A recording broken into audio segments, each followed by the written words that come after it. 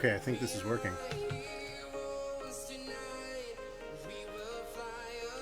Oh yeah, I think we're live.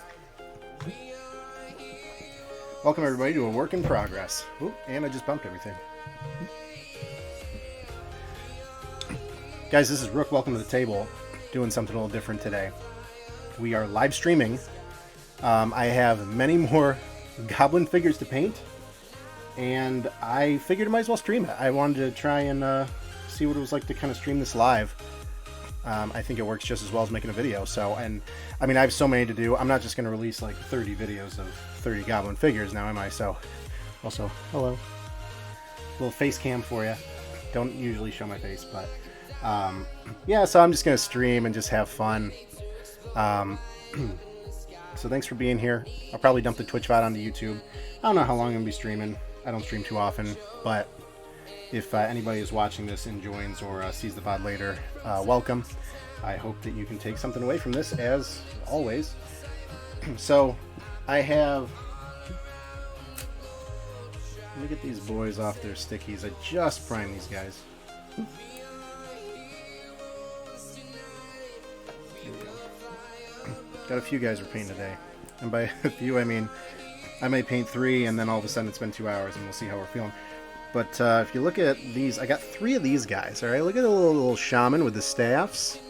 Those are some long staffs. So we're painting these today. And then I have axe and scimitar, and then this guy, I've been told, is kind of our boss. So, planning on trying to get to him too.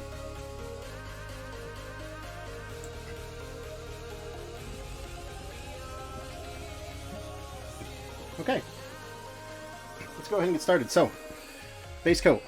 These have been primed. These were primed maybe a half hour ago. And we're using the Lauren Forest, similar to what you saw in the video where we painted our first 6 figures. That was with Queen V. If you guys haven't seen that already, I recommend you check it out. That one was sponsored by my local game store, Just Games Rochester, as they supplied me with a sweat palette, and I've been working with them recently. They're a great bunch. So they do a lot of charity work and a lot of things focused around young kids, as opposed to some game stores that are like focusing on the college crowd. And you know, my son just turned 8 months old, so I know that in the future I will be going there with him, hopefully, if he's into games.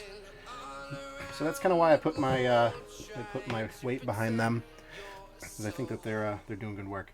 All right, so we have our Lauren Forest, and we're just gonna start base coating. Let's see. I want to try and be a little closer.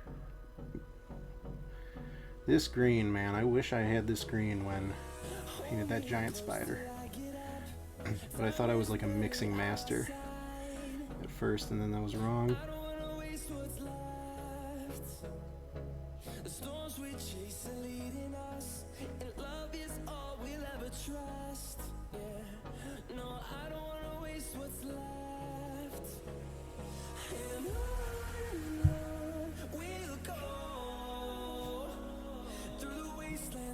This is also a really good experience for me because a lot of the things that I want to do in the future are, I know they're going to be on camera with painting. And I found that there is a slight difference between my live painting, or my painting for a video, versus my practice painting. And my practice painting is actually better because I am much more patient. So I'm trying to apply that same patience to the video. I'm like trying to keep it entertaining, so I don't want to double back, triple back over something too many times. So I think that's what kind of leads to some of the sloppiness. But I am just trying to get more experience on camera with this stuff, you know. Also, you guys might find that my live streams are a little different from my videos because I do a lot of editing.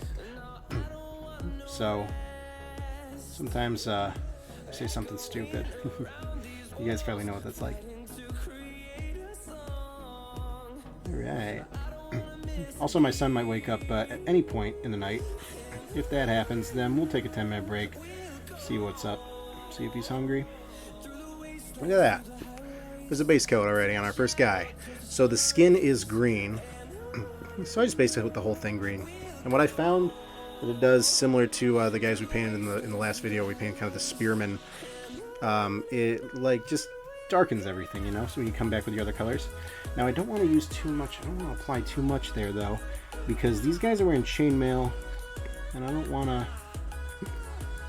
I do not want to obscure those rings. This guy's kind of got like a drape, kind of tunic here. Let me just double check, no gray left.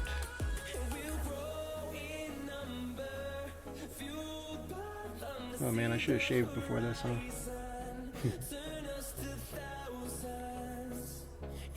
Ooh, yeah, alright. Really not too much, really straightforward figure. Really not too many places where you might miss something under the tunic here. Yeah, there's a base coat green. So I'm going to base coat everything green first, and then I'll get into the layering. Before I do that, I should probably tweet that I'm live. This is coming out of twitter.com/rookstable. What do I say? Okay, I figured out how to turn Twitch on and am live painting and hanging out. Stop by. Smiley face.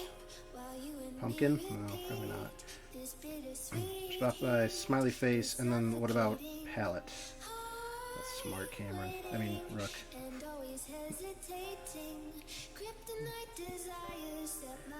And then that's it. Twitch.tv/rookstable. Twitch.tv/rookstable.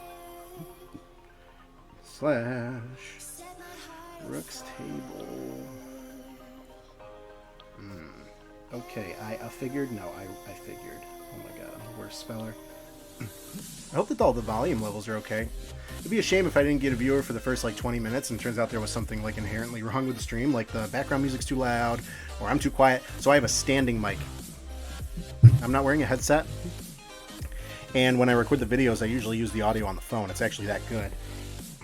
So this is kind of new, so hopefully things work out. Okay, I figured out how to turn Twitch on and I'm live painting and hanging out. Stop by. Bam. Alright. I might bring a couple people in here.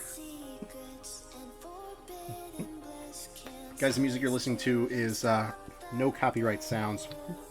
I use those guys a lot. A lot. All of their songs are no copyright, non-copyrighted. And they slap, so no copyright sounds. Dip into our Lauren Forest and let's take another guy. And this guy, his helmet isn't pointy, and he's kind of got like this is a leather for sure. This guy's kind of got leather on the back, as opposed to that guy had like a cloth tunic.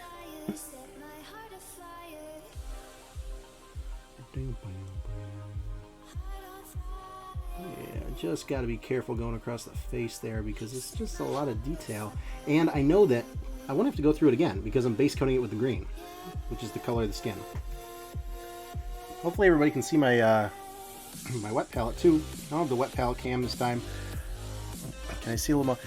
Hey, Valentine Quinn. Yeah, sure. Okay, I'm trying to toe the line of having the model as close as I can with also being comfortable painting it.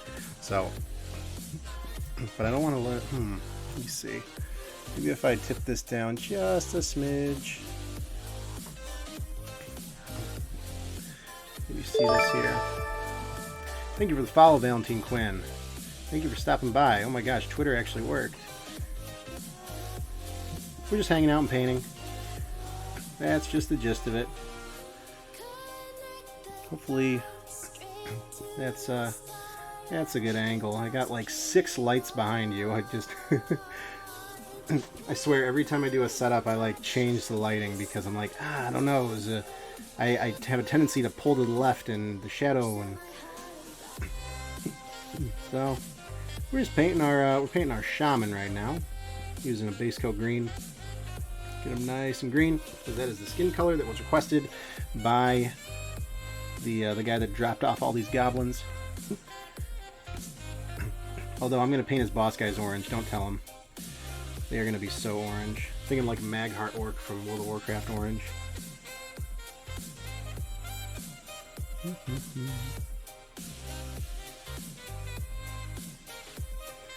Nice and easy green.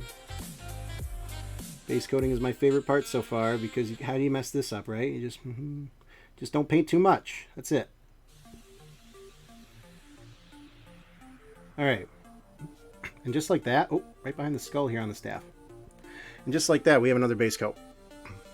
This is the Lauren Forest Green, a Citadel paint. Citadel is by Games Workshop, Warhammer. 2 different brands of paint I'm using today. I used in most of the videos that I recorded. Citadel, which is Games Workshop, and the Army Painter, which is more of a kind of a generic, kind of, you know, they're not specifically tied to Warhammer. Alright, that's number 2, base coated. I'm getting faster at this, getting better.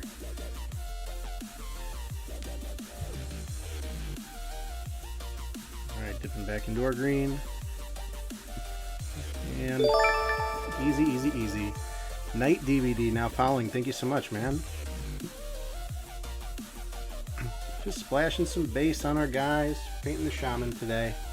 See the long staff. As soon as I saw these staffs, I was like, yes, there's going to be purple and white in this, and it's going to be cool. I was like, how warlocky can I make a goblin, but also keep kind of that primitive, like, humanoid enemy kind of feel, you know what I'm saying?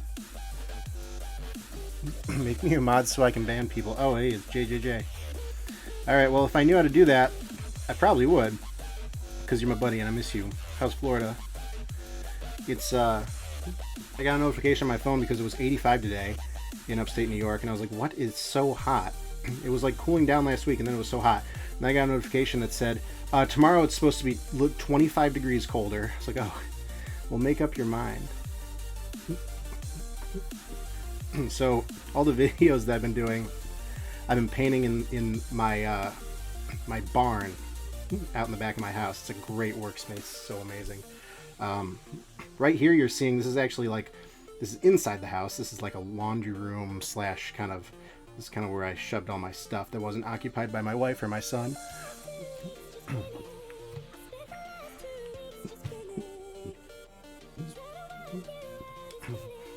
JJ, I don't know how to make you a mod. Right click. Doesn't do it. Ooh, I can ban you. No, I don't want to do that though. Text me, man. My phone's right here. But for now, you know, we're just chilling. We're relaxing. Just, we're giving base coat on all my boys. Just gonna start with the 3 warlocks right now. I do have 6 out and primed and ready. But we are doing warlocks first because I'm excited. Alright. There's another green boy. Is that? Alright. Wash our brush.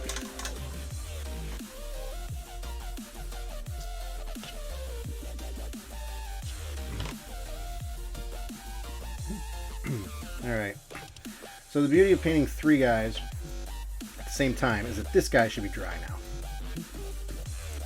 Now, I see a couple wet spots. Luckily I have the key to my heart. Hairdryer.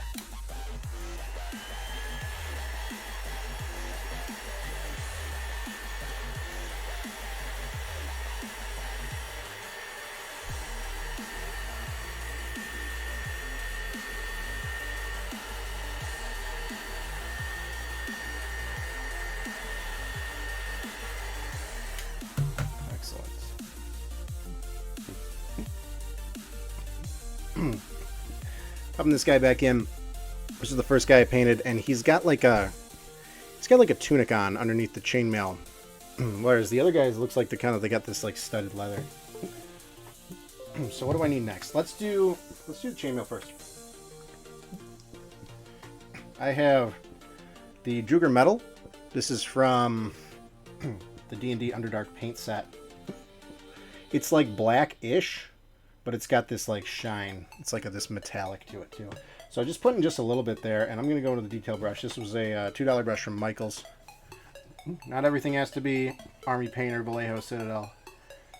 In fact, I've been using a lot of stuff, just like you can see the cardboard that those guys are on from priming. Dip into our Druger metal. And I'm going for the back is a chain, the front is chain. It's really just like a chainmail vest. Actually, the shoulders, one shoulder has chainmail. And then there's kind of like a ruffle, like a probably part of the tunic. So very carefully, and I want to make sure that you guys can see this, you just go across the chainmail.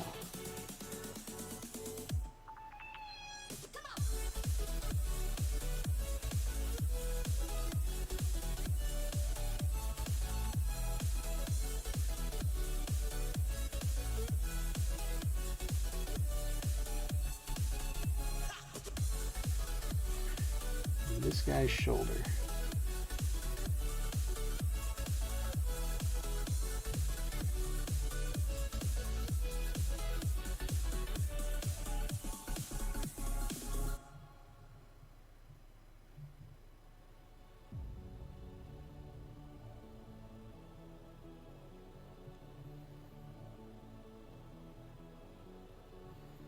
Okay.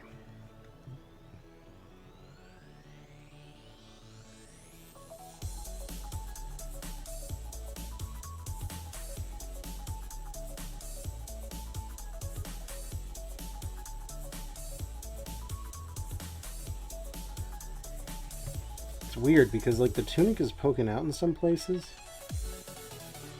Like almost doesn't make sense. Yeah, no, I did it right, I think. These are the this is the Goblin infantry from Oathmark. That was what was handed to me to paint this. And you know what? Actually, now that I think about it, these came in sprues, so they were assembled before I got them. And like so, the arms and legs were assembled. So like random chainmail shoulder, that explains it. We assembled some chainmail on some tunics and vice versa. We're rolling with it though. Hopefully you guys can see that. It's really tough when you kind of get under the chin here, but there is the Druger metal coming across the chainmail.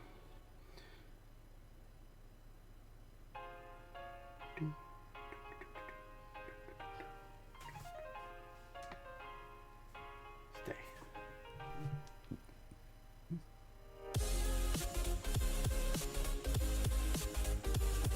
All right.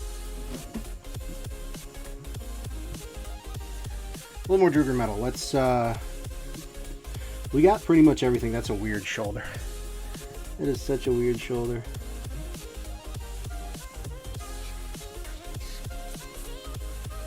Yeah. That's looking good. Now what I plan to do with this is I plan to go back over it when we're done with a wipe, like a dry brushing technique.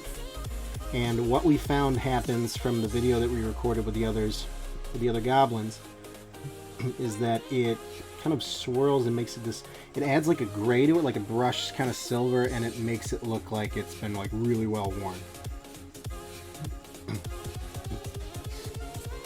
I'm going to merge this here. Yeah, it doesn't make sense. It's got to be the metal also. Okay.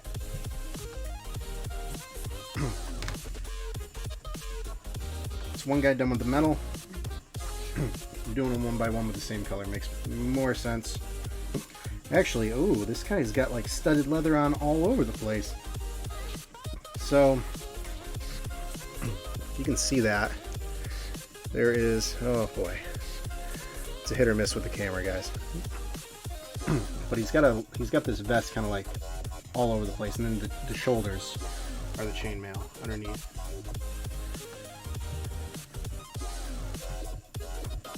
So we got this shoulder here.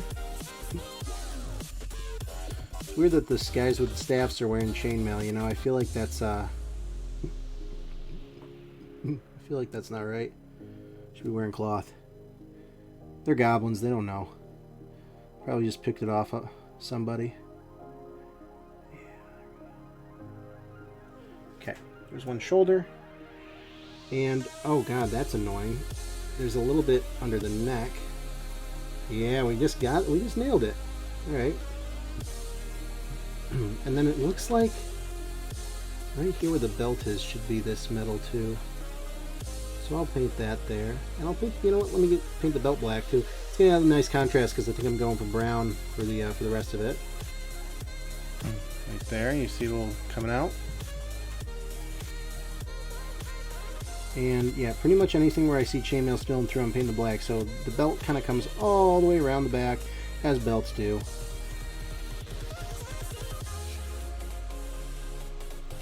Yeah, I gotta get around this arm though.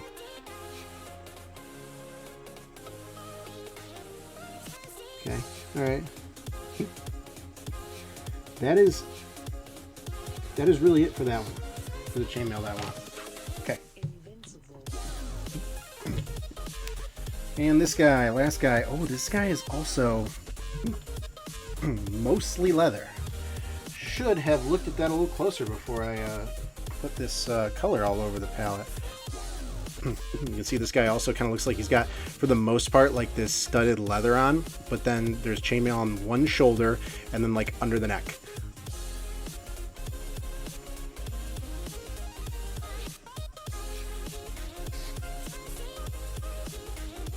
Okay.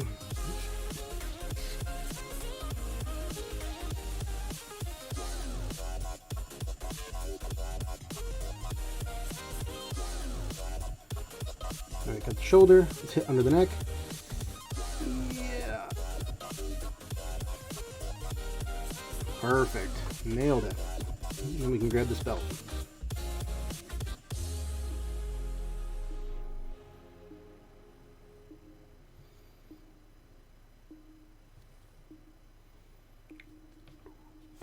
Just a tad more.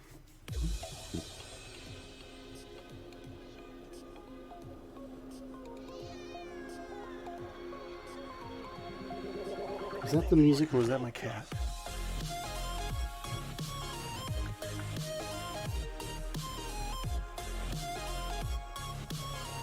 All right.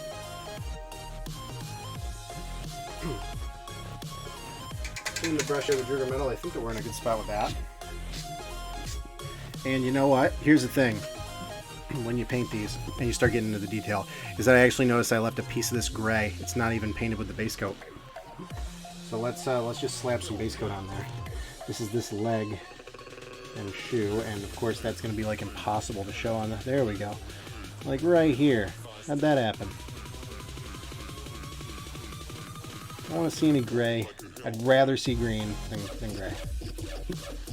In case you guys are wondering how these are primed, the cheapest cans of primer from Home Depot. Ta-da! First I went over them with a good coat of the black. Not too much. I'm not spraying it directly on the model. I'm kind of going back and forth. That's why they were kind of taped to this cardboard. Back and forth for like a light dusting. And then what I did was I also have a can of white primer, and then I just kind of right over the top with the white. Kind of makes that gray. Because if you prime with just black, it really darkens the whole model, no matter what you try and layer it with. I mean, real professionals can do whatever they want, but I found that it takes away some of the highlights you're trying to do, and it kind of darkens everything, which isn't bad for goblins, but I don't know, gray is kind of the general consensus online is what you want to do. Alright, so we are chainmailed up. Let's go back to the guy that I painted mostly chainmail.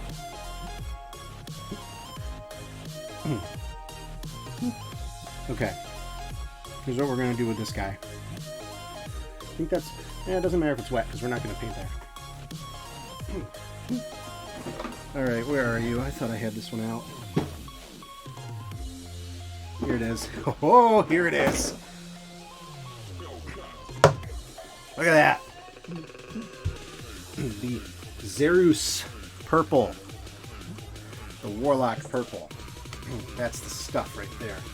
Alright. Let's grab some of the purple. Yeah, put it right here. Look at that color, huh? Yeah. I tried to mix this when I practiced on an actual, like, a human warlock. And wow, I could not get that purple right. So I just went out and I just got this. Yeah. That should be enough for now. That's really deep purple though.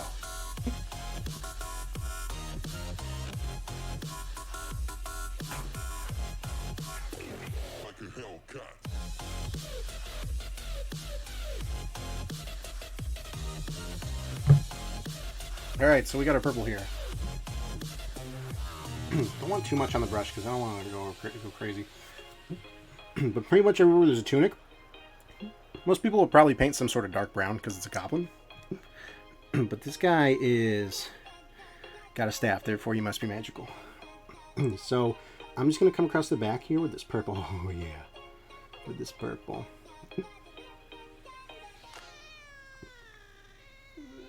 Okay, that was the song. No copyright sounds, everybody. My favorite. They are my go-to for this stuff.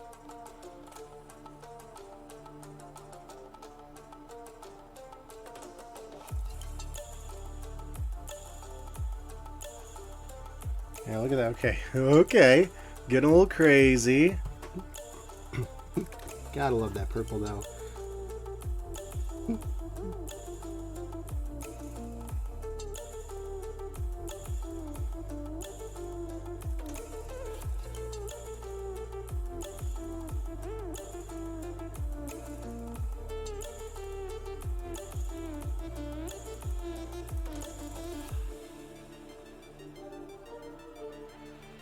Gentle, gentle, gentle. Into some of these tight spots, but also trying to keep it on camera. It's tough.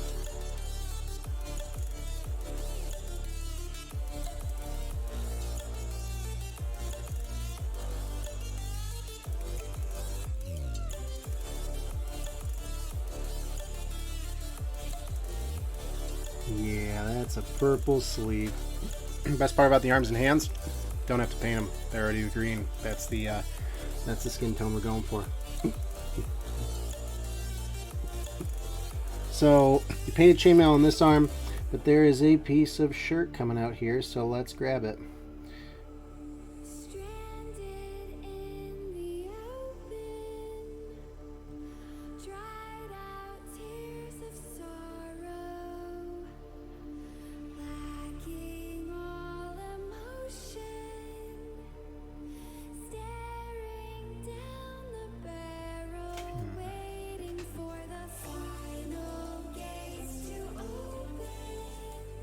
Gap right there. Grab.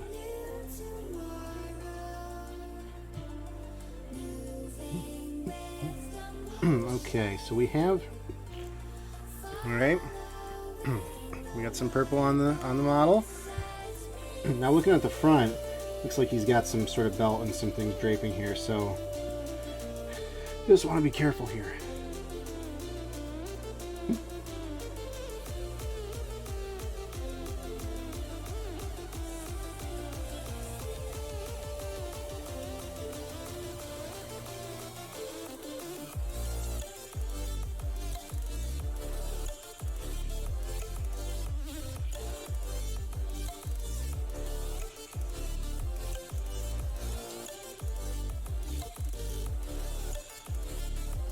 Here we go, we're getting there.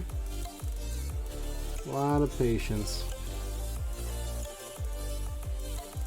The best part is if you make a mistake, I mean, it's pretty easy to paint over. Especially depending on where it is. Unless you're trying to paint professionally for a commission, no one is going to look at that image of the finished product and be like, you missed a spot.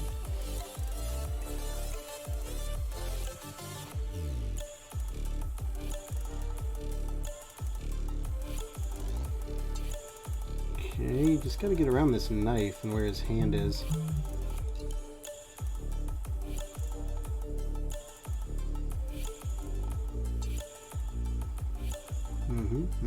There we go. Just kind of wiggling it back and forth. And it, grab it up here. My external is disconnecting and reconnecting. That's cool. Luckily you're not recording this time. Are you done?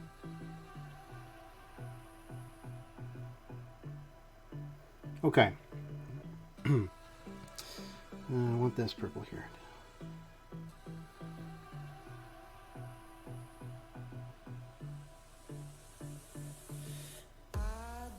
Okay, that is most of the purple that we're going to get on this one. Do I want a tertiary color, and where do I want it? I think that I'm going to want a brown, right? And it's probably going to be a dark brown. Oh, I'm excited about this one. I almost want to keep going on this one, but I won't. I will hang back. Let's put purple on the others. But where, though? Do I even want to do that?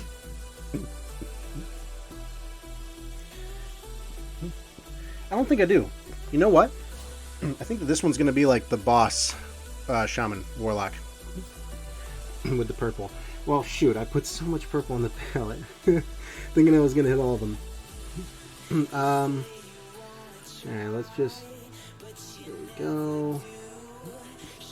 Alright, so I think I'm going to try and splash more of the chainmail here, because I see it kind of draping there. Then I'm going to switch to a brown, and I'm going to grab the pants, boots, belt, pouch, probably the cape. It's like one of those like level 2 dwarf starting zone capes where it like doesn't even come down your back. And then the helmet's like a dunce cap. Why does this one have to have this stupid helmet? Alright, washing our brush with the purple. But we'll keep the purple there. You know, you never know when you need purple. It's one of my favorite colors so far to use. Got that nice and dry. Alright. Plan of action. Rigid leather brown. There we go. From the Underdark paint set. Rigid leather. Very solid brown. This one I know we're going to be using a lot of. And this one has a tendency to be really thin on me, so like please cooperate. Rigid leather brown. What else do I want? I'm coming back in with a Druger metal. Brown. Staff's probably going to be brown.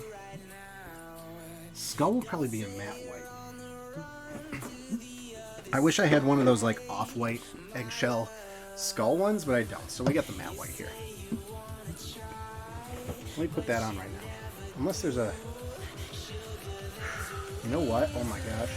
This has a chance to look cool. Alright. I'm going to put my matte white over here. And, yeah, that over there.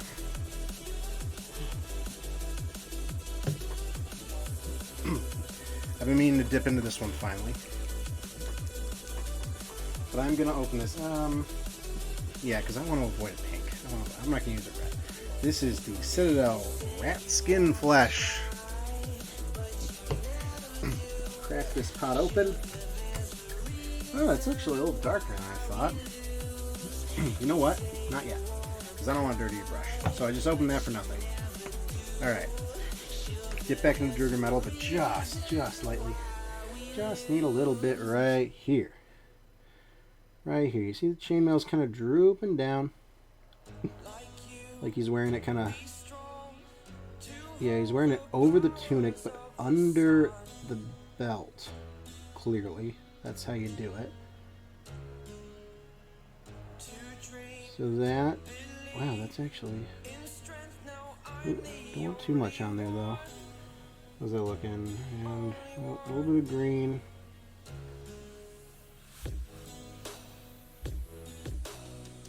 Alright. And just like that. Oh, actually now, you know, I have the color on me, and now I'm finding some things.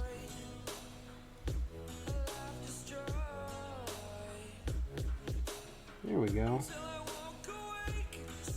Druger metal's working really well with me today. I actually got like a little, just a little frayed piece at the top of my brush now. Alright. Done with that.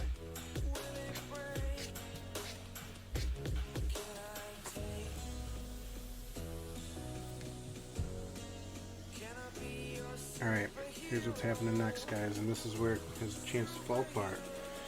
Okay, we have our rigid leather brown, and let's see. Let's see if this tries to get thin on me. Because what it has a tendency to do is it just kind of wipes all over the model, and you can still see the green underneath, which is a pain. I'm looking at the legs. Yeah, this one's looking much better. Maybe I just had it in a really, really wet spot on the palette the last time. Alright, but we are applying rigid leather brown. It actually looks kind of lighter than than what a rigid leather brown would sounds like it would be. But we are applying that to our legs. And this guy's got clear indicators of boots because he's got this kind of like ruffle, like ankle thing around the start of the boot. And that's where we'll highlight. But for now, and actually I don't mind, I don't care if I get some on the base here because we can paint this base brown. And I know that this is impossible to see, but you can kind of see the brown there. It's possible to see while I'm painting, of course. Maybe that's a takeaway camera placement. Because if it was on that side, or if I was on that side of the table, then you'd always see it like coming in this way. We're learning. Alright, I don't want to go up to the tunic though.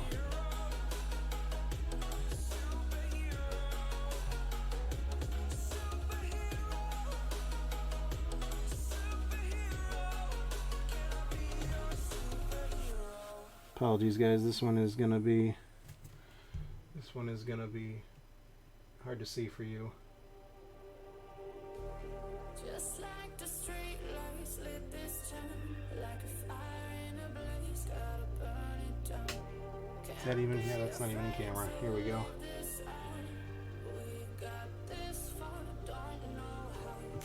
One more brown. I don't want to see any green. You gotta kind of figure out where does the purple start and the brown begin. Get the back of the leg there. We've got to get around the dagger he's got. It's looking good though. That is looking good. Okay. A little bit of brown there. Got the boots. Let's go to the cape. That's going to be easier for you guys to see.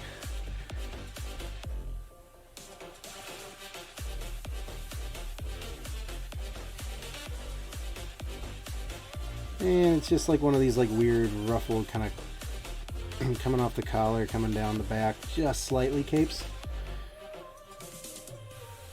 And it's kind of slumps around the shoulders. It's kind of like a skin or like a pelt.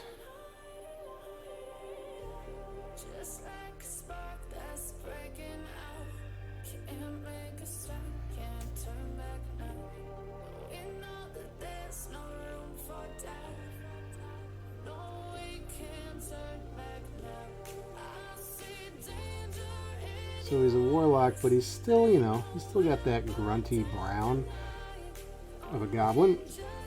And I don't want to paint the neckline that is green. Okay, a little bit of brown on the cape there. What else is brown? The belt is brown. Come right across the midsection here and paint down right here. And just gently across the waist. Want to leave where the chainmail is. You see that it's very important. You know, if you're skilled at this, you can kind of see subtly where it goes. This is hard to see, but you can kind of see the brown of the chainmail comes back in, and then we're in the purple tunic. I'm gonna paint this bag on his side, the brown too. He's got that bag right there. See? Although, you know what? I might paint that like a lighter brown. So first I'm going to come across the back with the... And yeah, we'll paint this brown for now.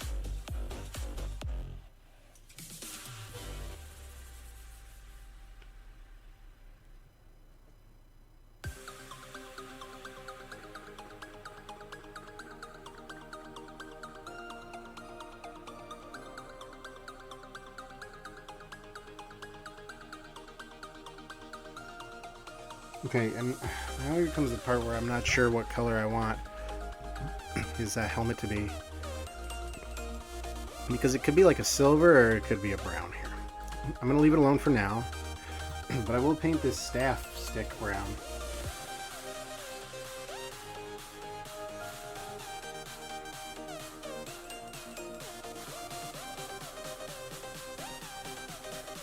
Light's flickering a little bit, that's annoying.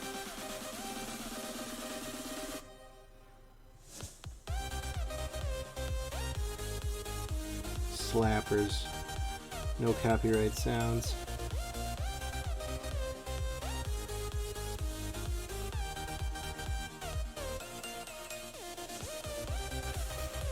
I don't want to touch the hands, those are going to stay the green.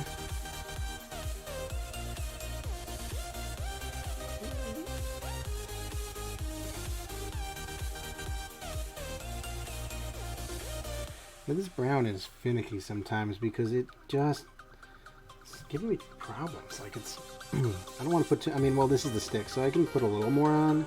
I'm not obscuring any detail. But like, why is that green still bleeding through?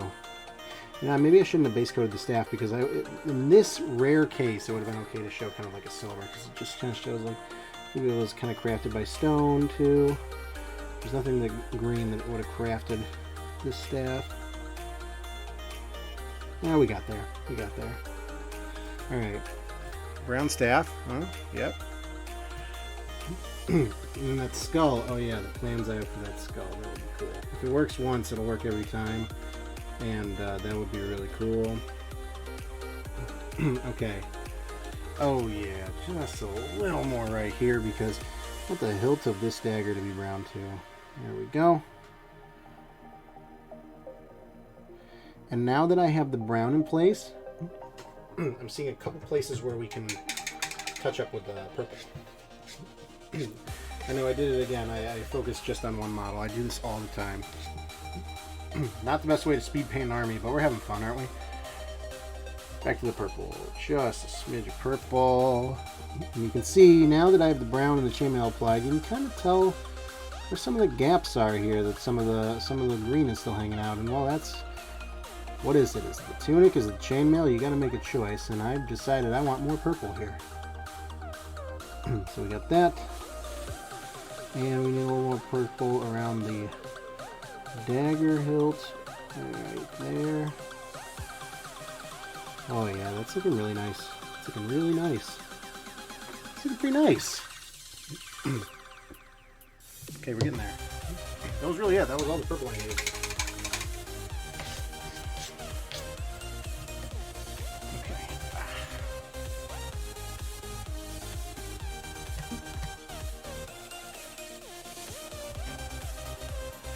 It's been 45 minutes.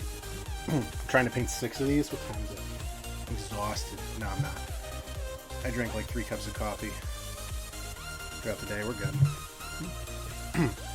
Okay.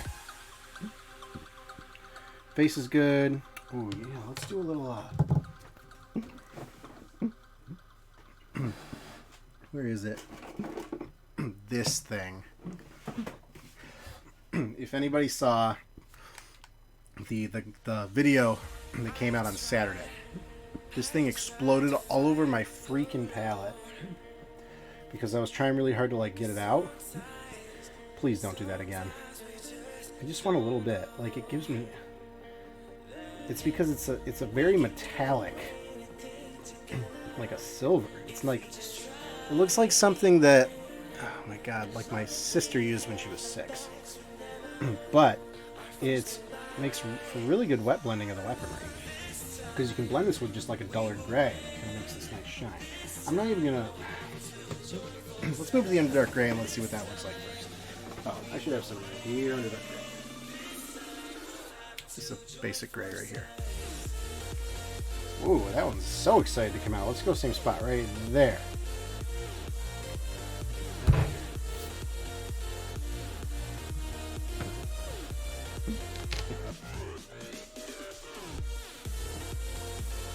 Okay. Yeah. Now that this brown's drying a little bit, I'm seeing some spots where it just decided it didn't want to hang out.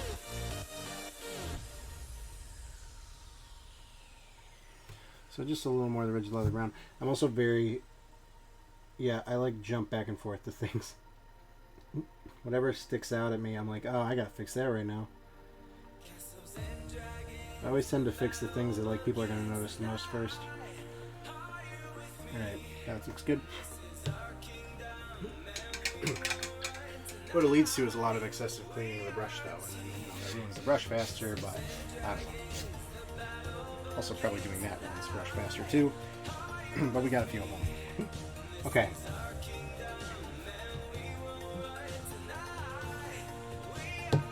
One other color I want to use right now. The Rakarth Flesh.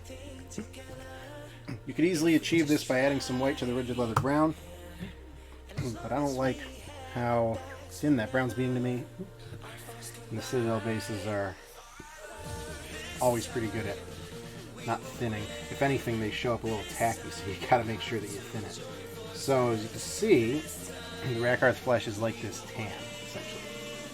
And I don't need too much, because I'm layering, I'm highlighting here. Yeah.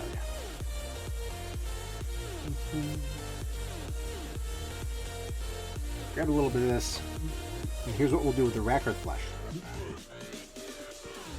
These little bracelets. Let's just grab those.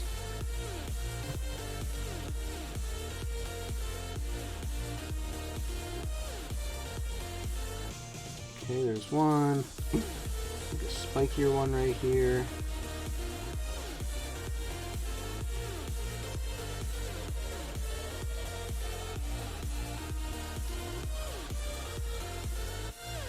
Okay. This bag.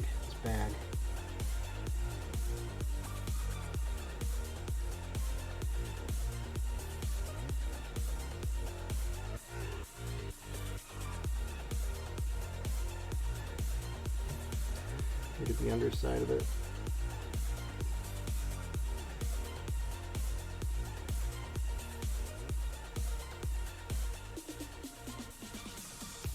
Okay. Bag secured. Okay, boots. Just these little, just right here to kind of indicate that yes, your pants are ending and your boots are beginning. I've already made that mistake. I'm just like, oh, the whole bottom is just brown, you know, brown. I mean, right? Everything's brown. Boots are brown, pants are brown. That doesn't quite work that way.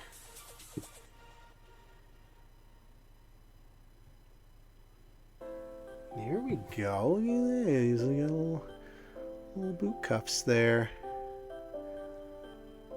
Okay. And then, yeah, I'm gonna paint the helmet this color. Just because I don't want it to be the same brown.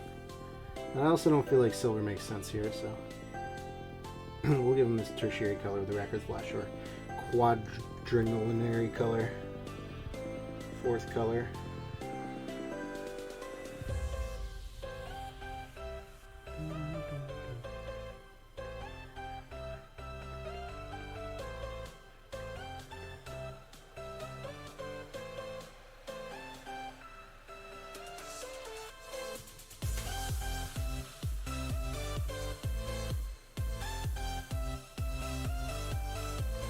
Okay. There's the hat. Actually, you know what? Oh man, it's pointed because it could be like, maybe it could be like a purple wizardy hat. Oh. Yeah, now that it's painted, it totally looks like it, I mean, it doesn't. It does and it doesn't. Okay. Maybe I'll go back over that with the purple. At the end. Let me just put a little more color on this bag here. Okay. Bracelets are good, and we are done with our Rakarth Flesh. Wash. These colors I'm probably going to use for the other two guys in some combination. All right. Grabbing a little bit of the Underdark Gray, and this kind of sword right here at the waist. We will just splash the gray on. A little gray, and gotta get the underside right here. And that's that. Okay. Done with the Underdark Gray. Usually the weapon is also going to be a silver, but not this one. We have staff. Okay. We have our matte white in the corner. I have the Ratskin Flesh. I'm very excited to use this. Let me just get a touch. Just a touch of that. Put it over here.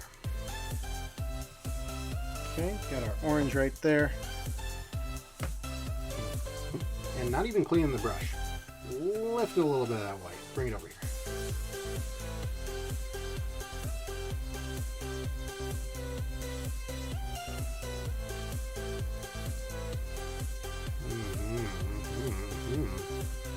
That's looking pretty cool. I think I need to lift a little more white. I was looking for off-white with like the orange tinge. It's like a creamsicle kind of. You know? You know, let's lift a little more. Just a little more. Don't want to go crazy. It's a pretty cool color. That light orange there. Let's paint the skull that. Is that going to look weird? No. It's like a sunset kind of orange. It's pretty cool for a skull.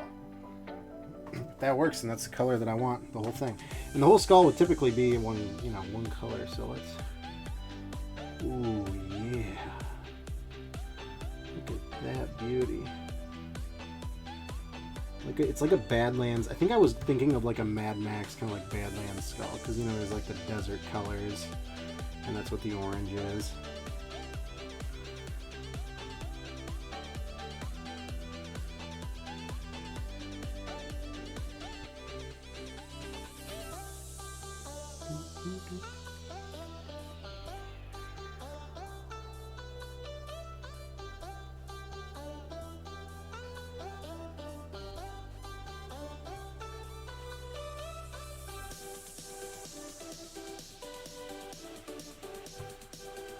Just got to get around this side here.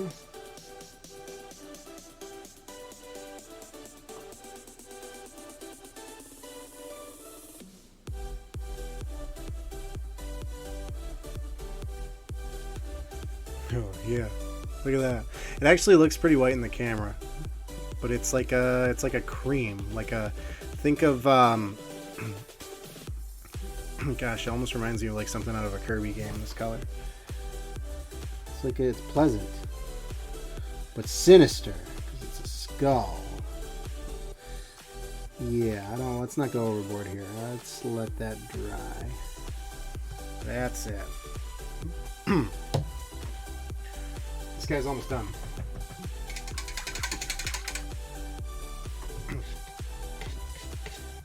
Wash our creamsicle color off our brush. And let me hit this one with the key to my heart really quick.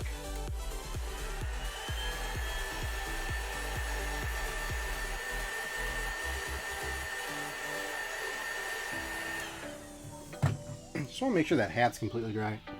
But now, actually, while I was doing that, I noticed that there's just a bit of green hanging out right here where this brown should be. Let's cover that a little better.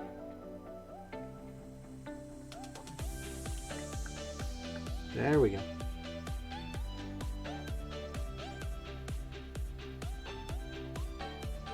Right there along the belt. Solid.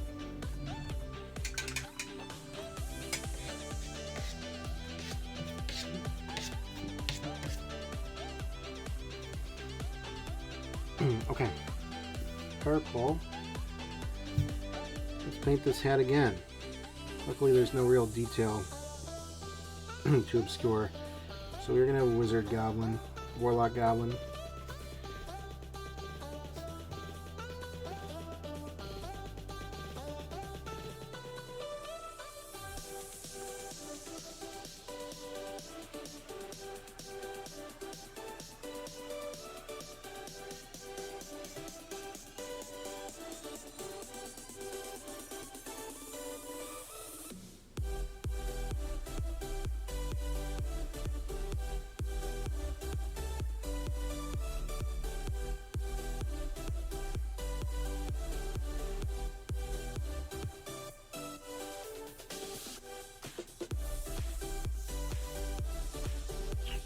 Got like a weird brim I'm just trying to cover here. So I don't want to show any of the old color, the racquered flesh. Looking pretty goofy. A little more right here. Alright. Our Warlock Goblin is just about done. We'll apply a wash to this and see what it looks like too, you know. I was thinking about what wash I wanted to apply this one as I was painting it. Because sure, let's finish this up. Maybe I'll dry brush at the very end if I want to like do something with the back here. But got a number of washes here. For those oh wow, look at that first one I found. For those of you that don't know what a wash is, it is like a really thin kind of, I guess it's a paint that you kind of put over the model at the end. And what it does is it naturally finds the shadow. But it doesn't like really color anything. I mean, it says it's a purple tone. This is from the Army Painter Quick Shade set. So it's purple in a sense, but you really don't see too much of a color change. It just kind of naturally finds a shadow, and they call it skill in a pot. Just gonna make sure this is nice and dry first.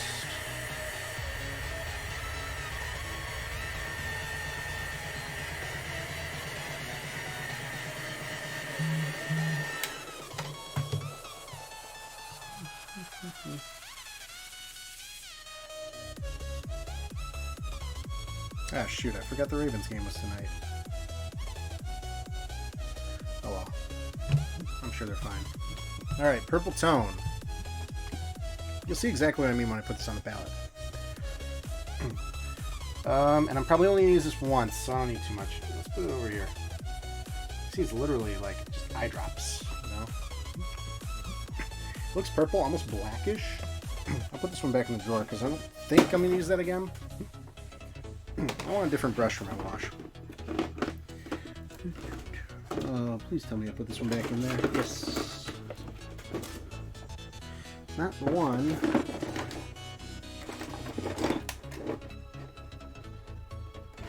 This will have to do. This brush right here.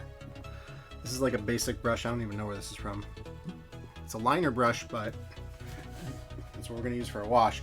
I usually have one that's similar, but it's like a flat brush. It's fine. It's easier to just kind of go right through. So you can apply this pretty liberally, or you can be very detailed. I'm just going to kind of, I really am still in the phase of like just trying to wash it all over. See what happens. You can see it's purple on the brush. I gotta be careful when I make my first stroke, because that's going to get real purple. Put it on the shoulder. And now I'm just going to apply it all over this model.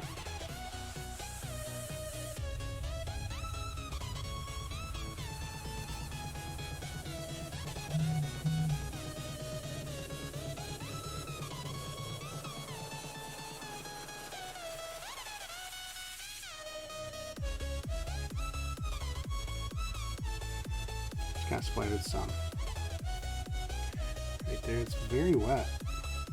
Yeah. Just all over. No wrong answers with this one, really. I mean, it is not... You can't really mess this one up. You know, unless you... So actually, you know what? It's so almost like Just, you can't mess this up to the point where people suggest just dunking the model in the color, which I don't think you should do, but it is an option. Alright, and let's just tap this. Let's just tap the staff here in the... Yeah, it comes right off this one quicker, but just tap this.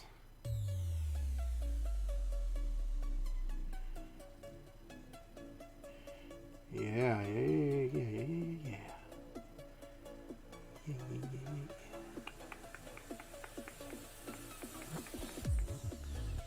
Okay, and washed. You can see the... I mean, I wish I don't have a picture of what it looked like before, but something happens before and after the wash where the model starts to look like a model you would get out of a box, you know, because before it was kind of dull, and now you can see it's like shiny but shadowy. You can certainly overdo this, but if you ever wondered why, you know, gosh, how do they do some of that? This is it. Like, they literally call it skill in a pot.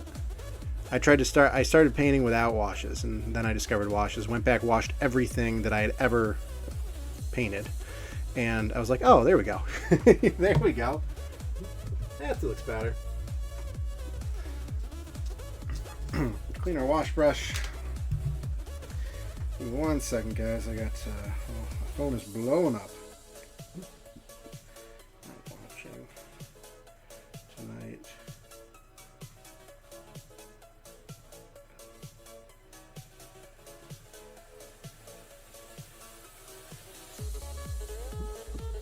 I'm obligated to check the Ravens score.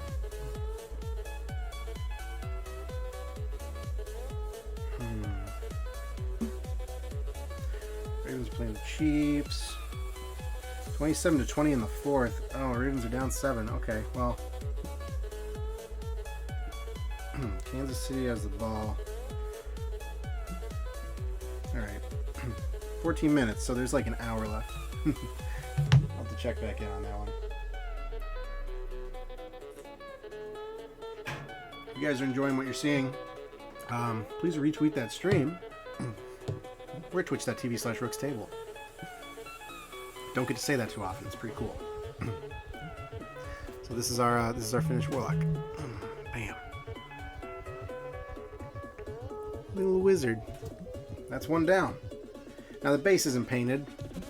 The base, even like right underneath them, isn't painted. Like I think they splashed some green on there and brown.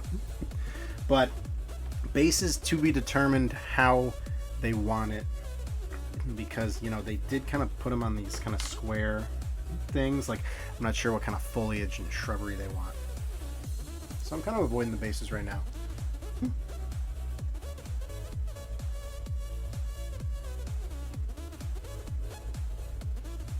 Why am I not watching? Oh, I'm busy.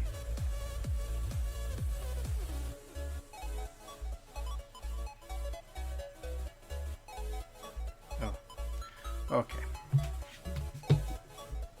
Let's go to our next guy. So now that we have a completed model, we should kind of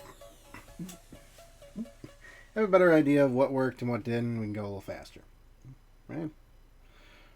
So this guy, not going to use as much purple. Oh, right, these guys are wearing the rigid leather. And this guy's actually got a pointed cap on too, so that's probably not going to be purple. Or maybe it is.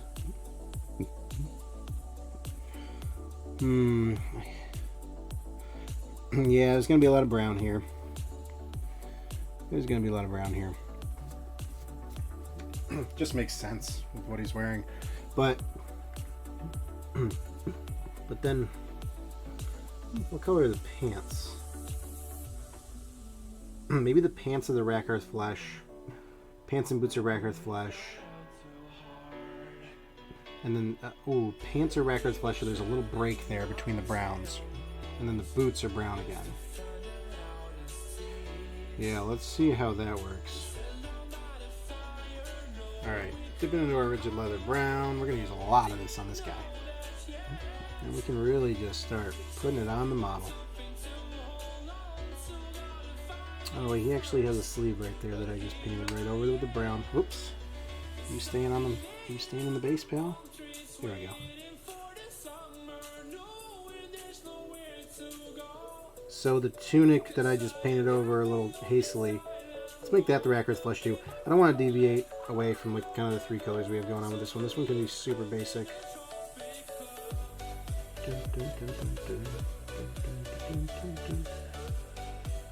Brown's cooperating a little bit better now.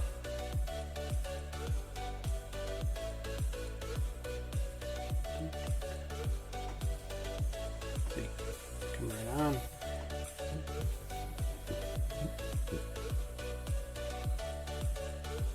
Right there, right under.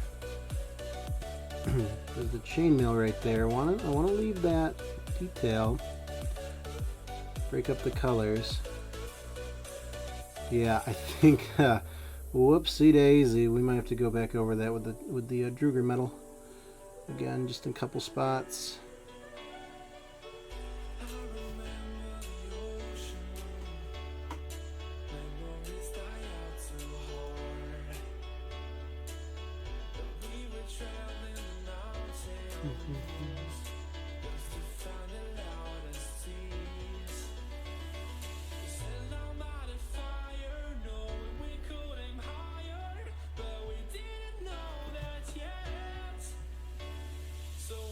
something to hold on to, gotta find it first. But here I am, 'cause I've been laying under palm trees, waiting for the summer, knowing there's nowhere to go.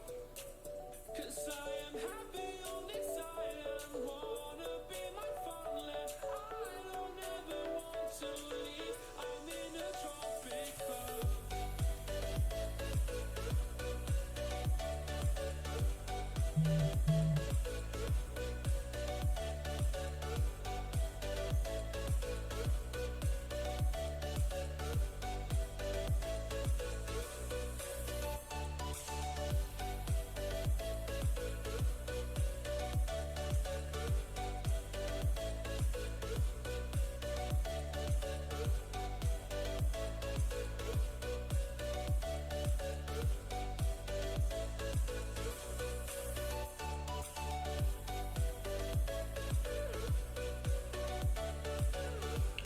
So we gotta get that chest there.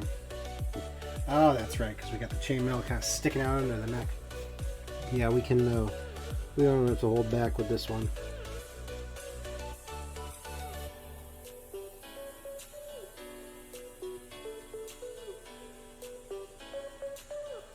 Oops, caught the neck there. The bigger strokes, even with the detail brush. Be careful.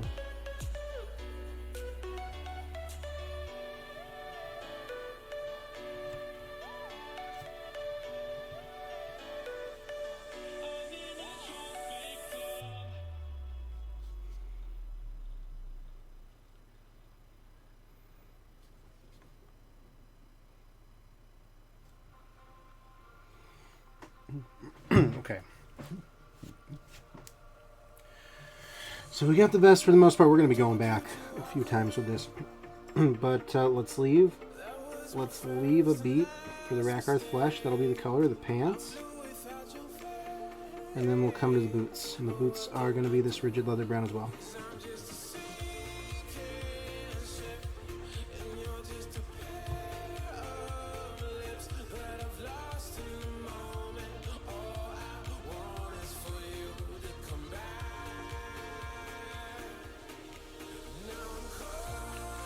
Oh, these boots really come up the leg, huh? Yeah. Just want to make sure I'm not painting the pants by accident.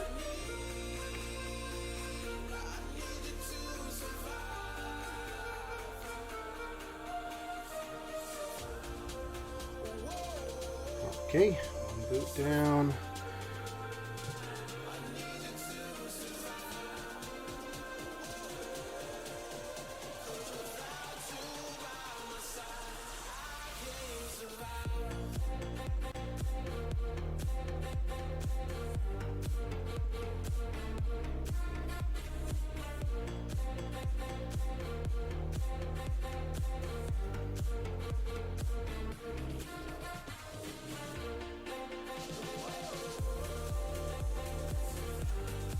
Along there, see kind of the spots. It's brown in spots. It looks weird when you just start to slap all the colors together because you see just the base coat in between everything.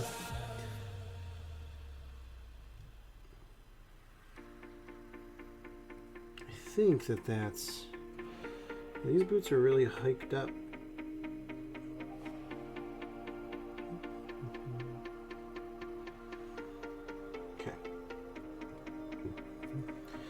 And let's go with the hilt of this sword.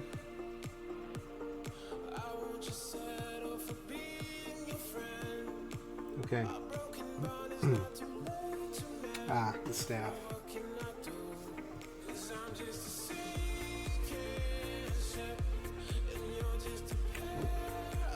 Not you, Skull. You're not brown. We know what color you are.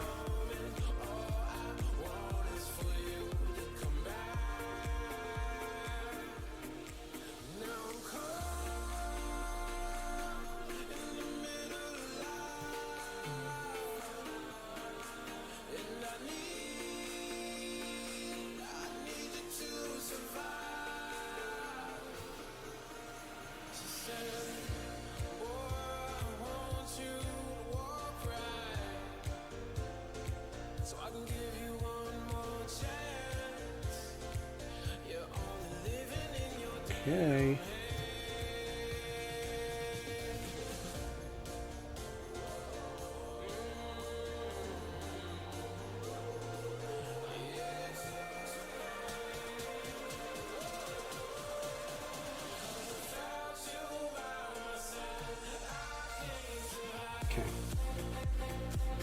Okay. We're washing our rigid leather brown that has been cooperative tonight. Let's see what's going on here.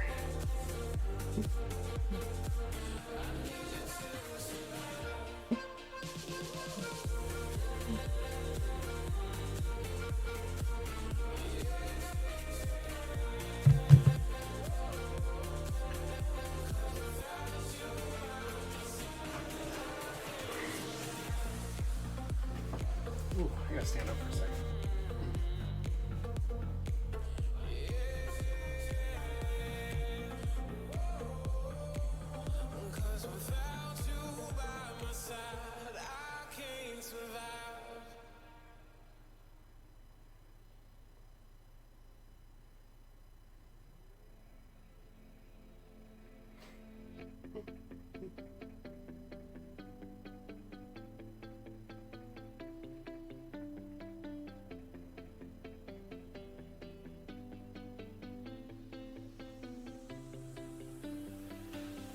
I see the light inside you, brighter than the skies. Hold on, just let us escape and fly away tonight. We have the world in our Okay. We are back. We have a clean brush. I can't wait any longer. Let's just paint our skull real quick. We have our orange creamsicle color for this. That beautiful color we mixed with the rat skin orange from Citadel and just a matte white.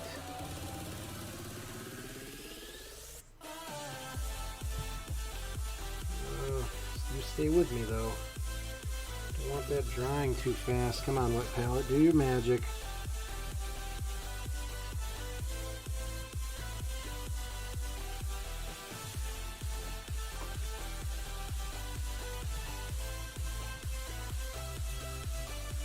Just with a little more white. There we go.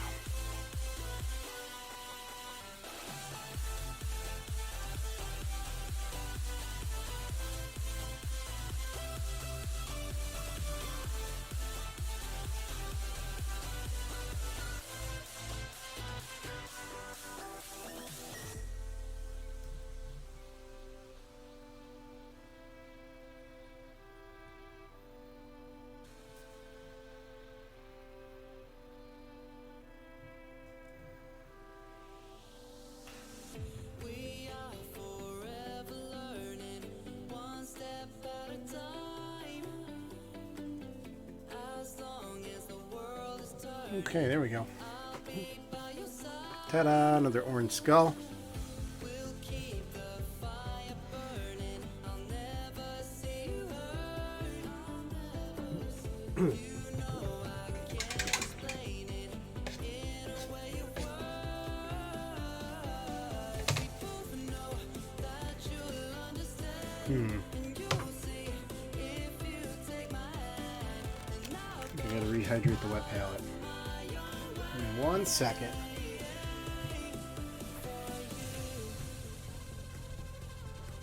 for you. I'll go out of my own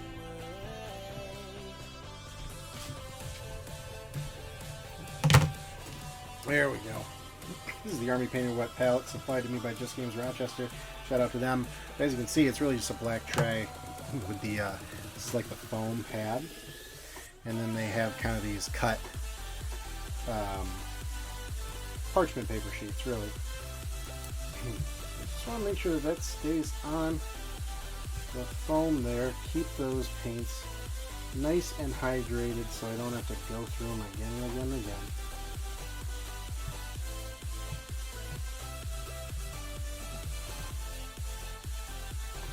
Alright. We are hydrate.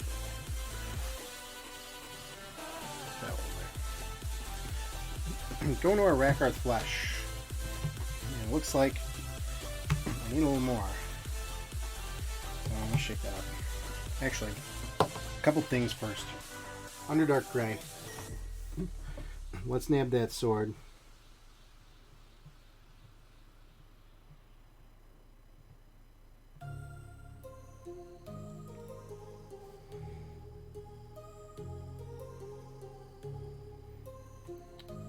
Sword there. Yeah, sorry, Tin Star fancy glitter one. I'm not. We're not gonna try and do that tonight. As you can see, most of the splatters on this. It's technically a canvas, but most of the splatters here are bright silver.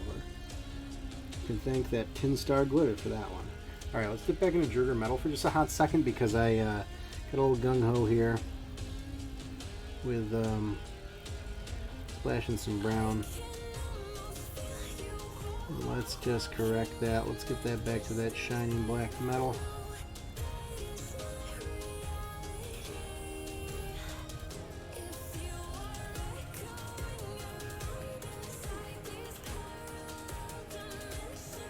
Perfect.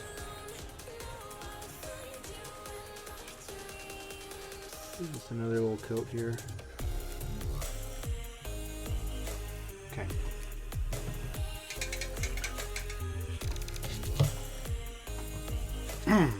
Rakarth flesh.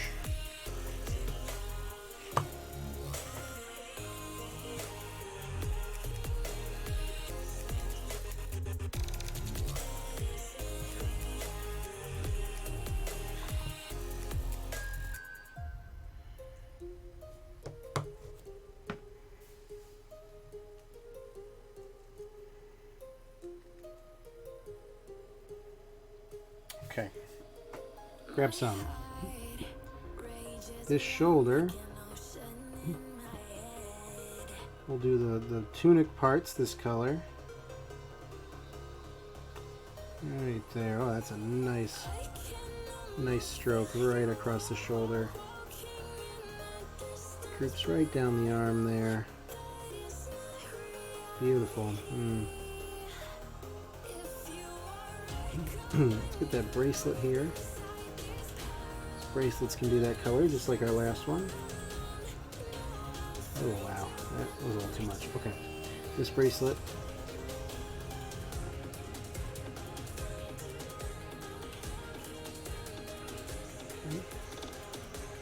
And oh yeah, the pants right here.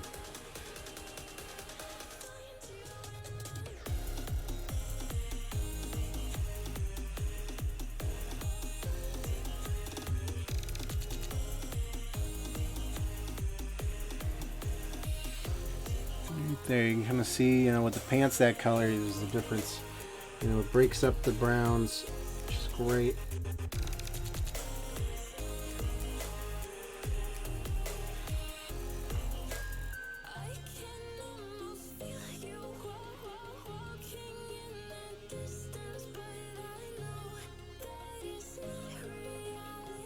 Okay, let's snag this belt too. And this satchel.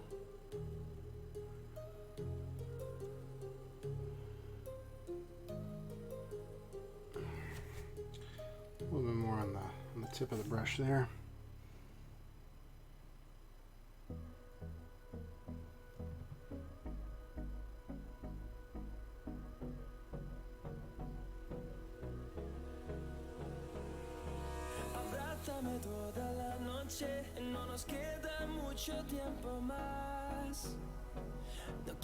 Shoot! Got a little too much paint on the brush. I'm clipping into some brown again.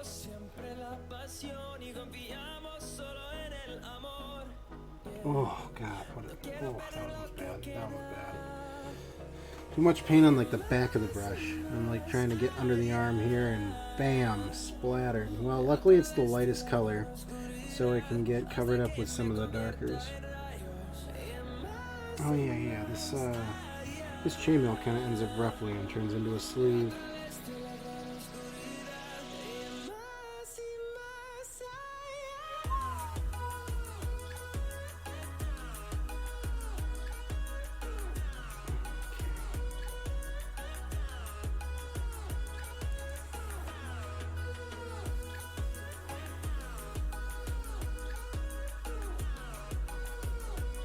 All right. That's looking nice.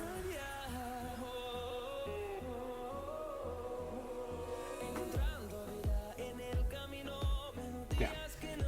Look at that. Okay. Come on, light. Come on, focus. This guy is definitely a little more traditional, not so much kind of a warlock. And you know, I will make this hat the Rakarth flesh as well.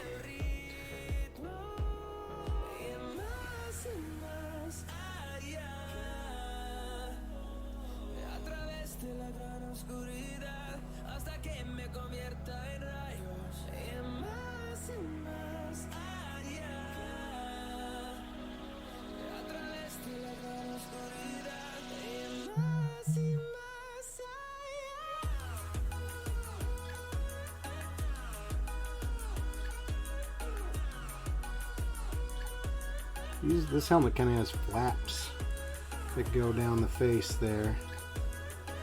It's pretty cool. Okay. Pretty much most of the Rakarth flesh that we were using is good. We dip back into the brown and correct just a couple mistakes here. So, this belt. Yeah, a little too happy, a little too excited there with the belt. Let's go back over with the brown. Just a smidge. And right here, yep.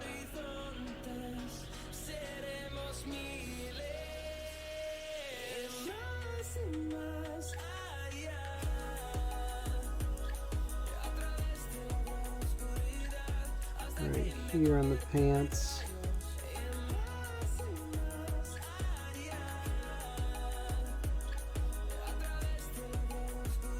And I think I just saw a couple places on the back we can just kind of, yeah, these are just kind of from a second coat perspective. Swipe back over there. That's right. There's some skin spots we need to go back over. So we're done with the rigid leather. What is going on here? What do you got? There's like an extra bristle hanging out there. Let me switch details. 2 Dell brushes. So, green. Lauren Forest green. Still wet from an hour and a half ago. Thank you, Army Painter Wet Palette. And now this one also has like a bristle being weird. There we go. Okay. So, oh, this is a tough one. But we have like just a little piece of the neck right there. Yes. Yes. Okay. Bracelet got a little excited with the arm here. There we go. Bracelet around the front of the arm. No.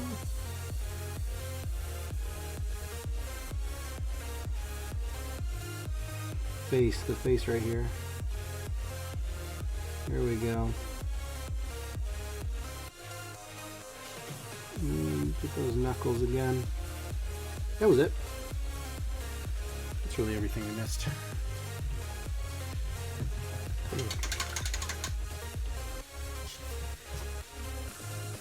Okay. Whew, I think that this one is good and ready for washing.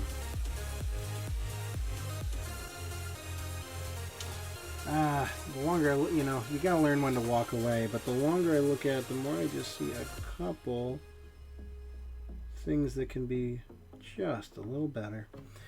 Get a little more prominent with that Duergar metal. And I just, you know, I'm seeing just a couple flecks of the base coat still in there. I don't want that anymore. Dang, I just found more.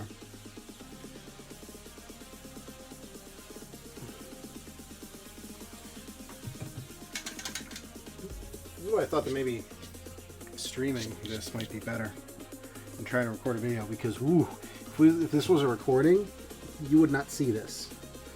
Because I just all the going back and forth is, I just end up editing a lot of it out because I'm like, no one's like, we get it, it's almost done. But at least you can see kind of the true process here. It is a lot of back and forth, you know. It's a lot of just catching these mistakes, fixing them quick. I have the brown in my hand and I already don't know what I... Oh yes, under the shirt there, under the shirt. Oh, so careful, so careful. Just a little bit of base coat still there. And right here. Yeah, right there, right on that collar. Yeah, alright. Alright guys, we're calling that one. We're calling that one. That's a good one. We're gonna wash it.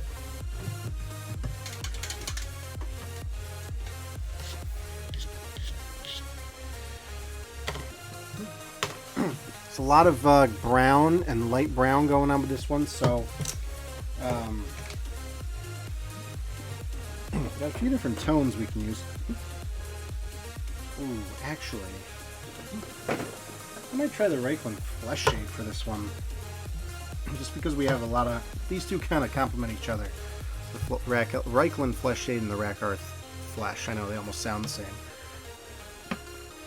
but they both came in the same set, and they both work pretty well. I do like the Citadel stuff.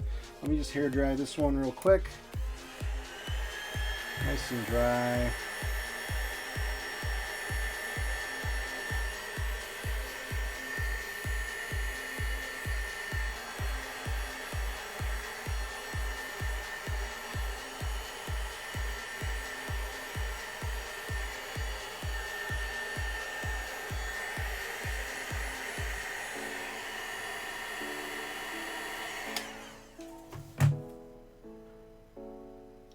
Man. Hold on, folks. I see you. I see you right here.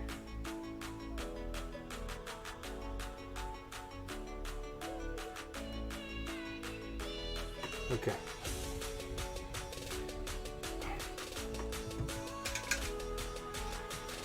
Just more of the green on the hand I saw, and you know who's being stubborn?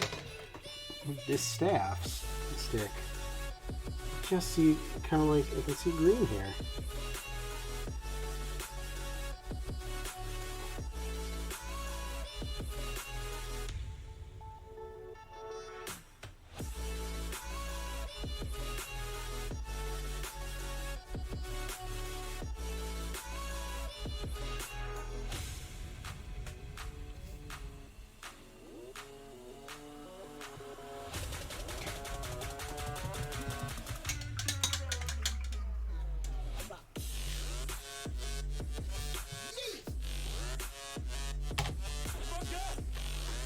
Back to the air dryer.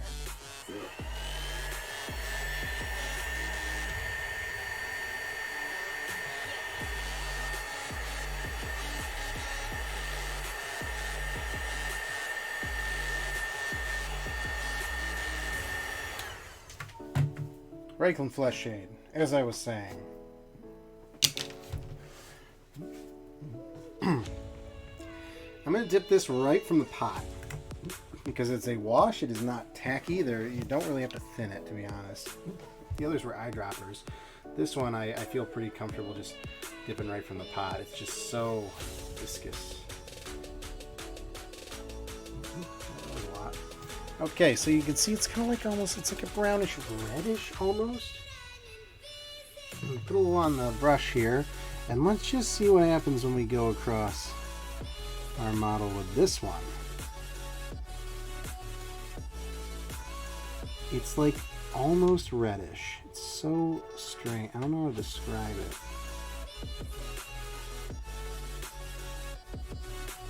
A little bit more. Let's go across the front.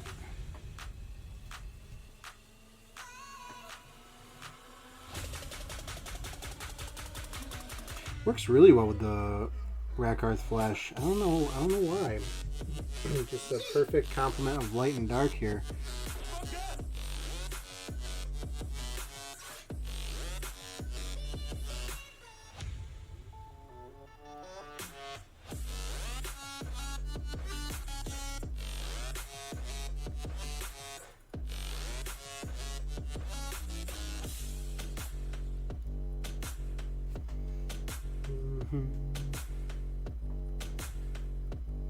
Ooh, it's gonna look great on the skull though, because it's like almost like the skull's color. Let's really bathe it in that air. Look at that, really. There you go.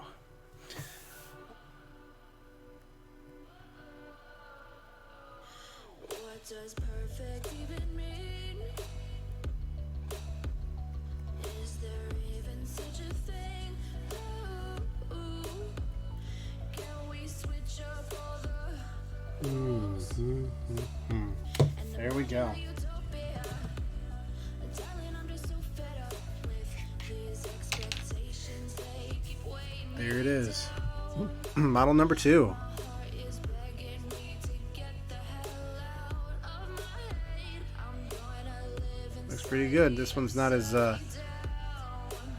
purple. There's certainly no purple here. This is your very run-of-the-mill average, kind of like Goblin, spellcaster, shaman kind of. So, really interesting difference rate so far. I try not to make them all the same. Pretty good. We got our more warlocky one, and then we have kind of our earthier one for sure. A lot of browns there, but these are good looking warlocks. I'm just gonna get up for a quick second and refill my drink. See how hot my laptop is. How hot? I'm streaming this on a laptop. Oh, that's not that bad. I got the fan up there, so we're good.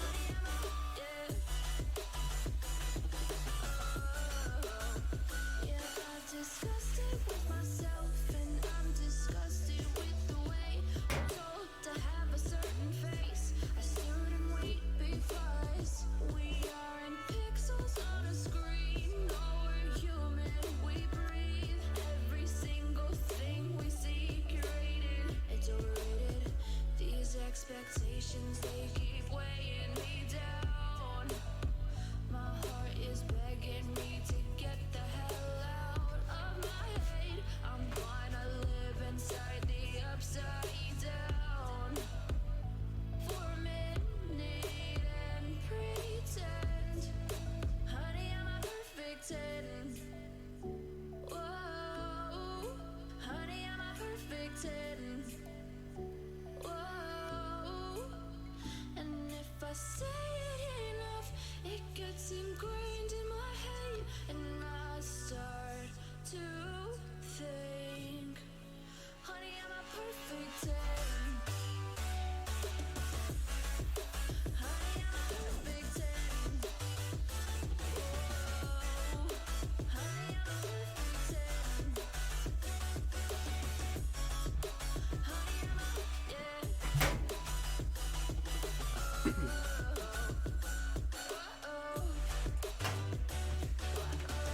Okay. We're still here. We're still painting. We technically have 4 more guys to finish. Did I say I was going to do 6 today? It's 11 o'clock. We'll just see how we feel. Let's place this guy back in. Okay, so we remember this guy. This guy has a little more chainmail, but it's very similar to the last guy. So, I think I'm going to do it pretty similarly from the last guy. So, we know what we do. We know what we need to do. Let's see how let's test our skills of getting this shiz done. All right. So no more messing around. We're dipping our rigid leather brown. We know there's gonna be a lot of that, and let's get it done. Painting the back, painting that leather, studded leather on our guy.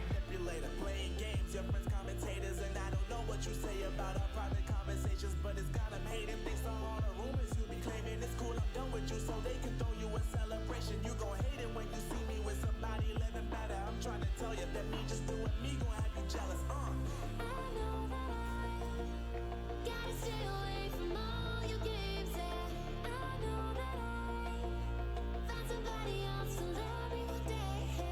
You'll realize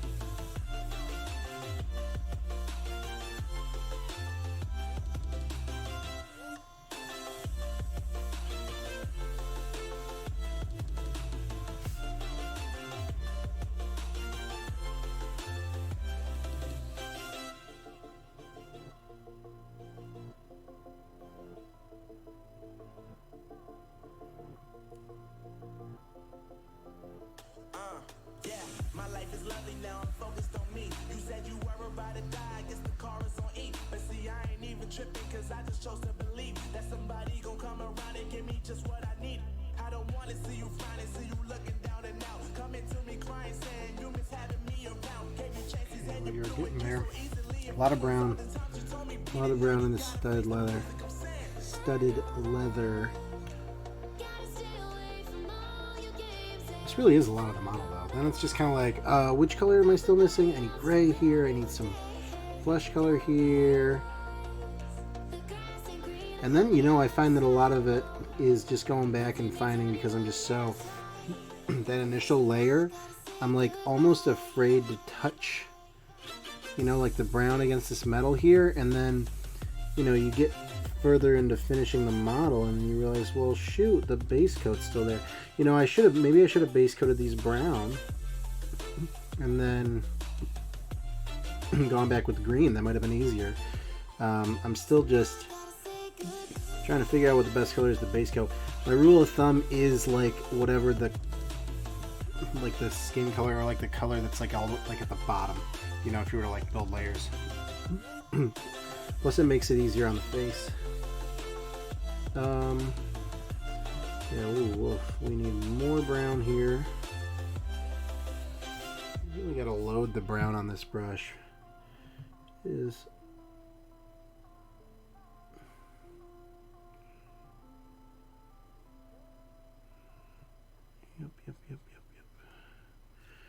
Here we go. And then leave some space in the pants for the Rakarth flesh, and then bam! Get the boots. Right back to that rigid leather.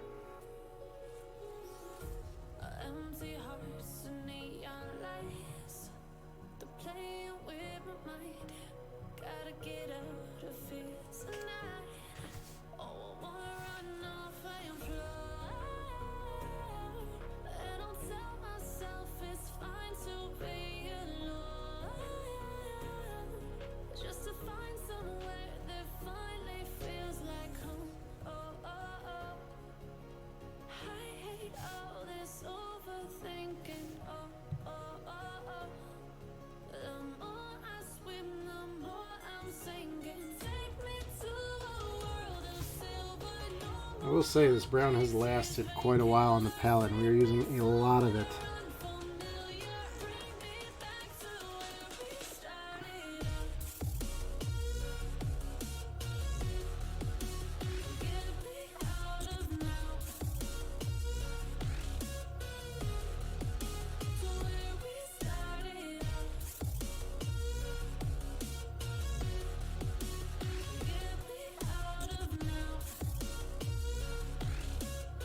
Okay.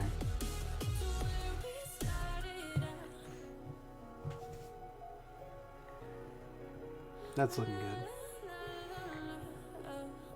Is that all the brown? Oh, the staff. I always forget that staff, man. That staff. Really lay it on thick on the staff. I've had it with you, staff. I hate coming back and still seeing green.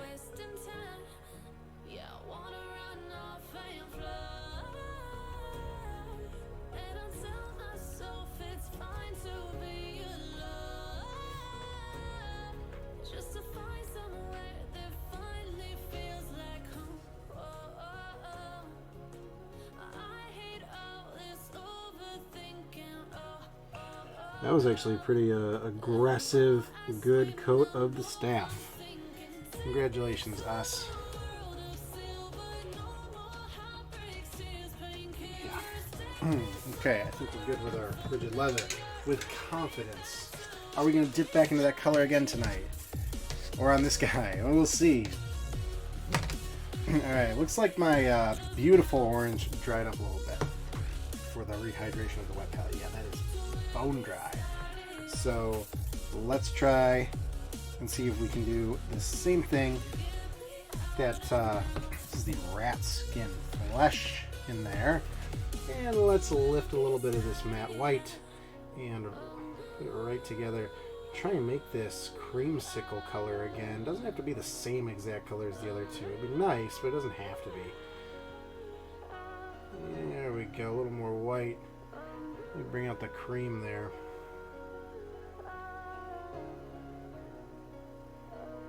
Yeah.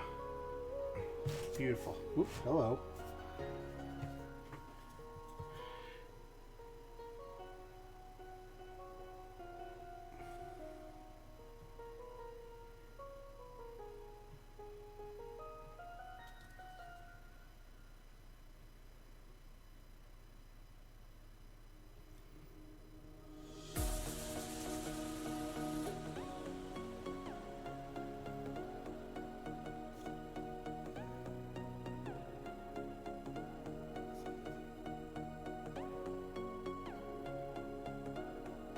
dang, I can't get over how cool that looks.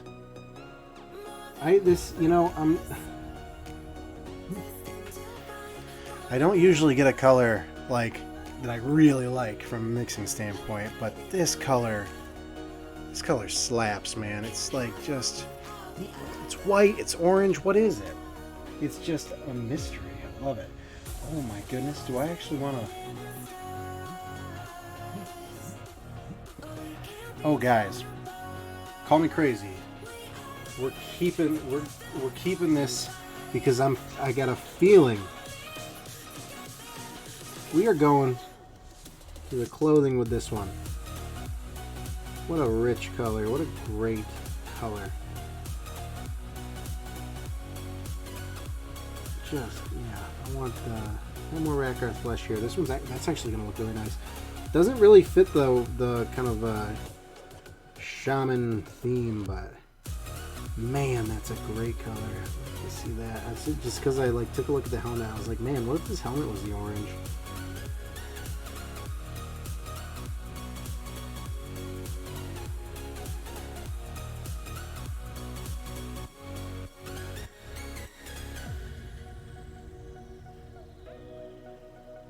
This helmet's weird. It almost looks like it's... No, that's definitely still part of the helmet. Yeah. It's like a little pilot's hat. It's got like the flaps coming down. But this orange, man, we nailed it with this orange. It's so good. Alright, we'll do the sleeve right here. I think the bracelets we can keep the Rakarth flesh. Oh, hello. Let's not get crazy. Yep, there we go. Clip the arm a little bit. That's fine though. We'll come back with the green.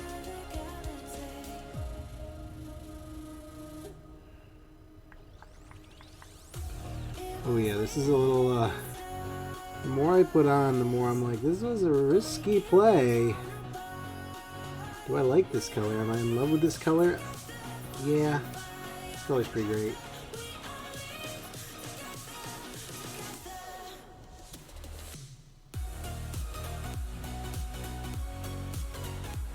And I'm still, bear in mind, I'm still on the same like dab that I put in, like, well, it's been like 2 minutes I've been working with the same brush. That is some bright orange.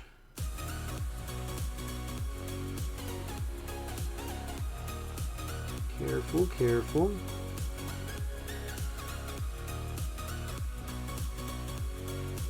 Okay. Yeah, let's grab this belt. Whoa.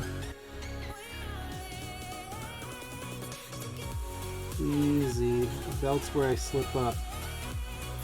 Because a couple fat brush strokes and all of a sudden you're in trouble. Yeah, so maybe I'll keep the pouch and the wristbands that Rakarth flesh, but let's finish out the belt this color.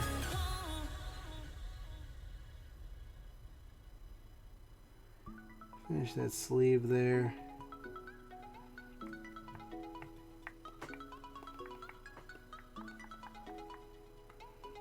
Yeah, that's, oh, I'm very happy with that. I'm very, very happy. Look at this guy. That's bright, huh? It's a great color, though. It looks really good in person. All right, clean.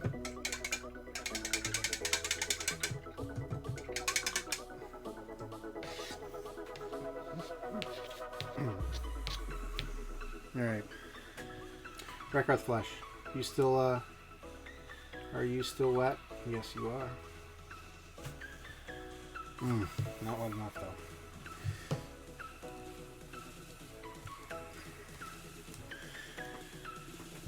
This light's hot. Probably doing it.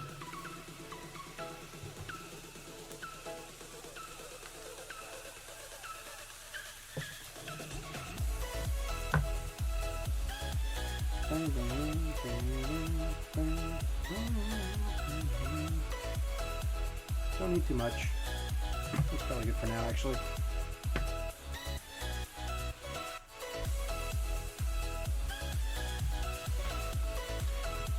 Let's go to the wrists. Get these bracelets. Clip the fingers.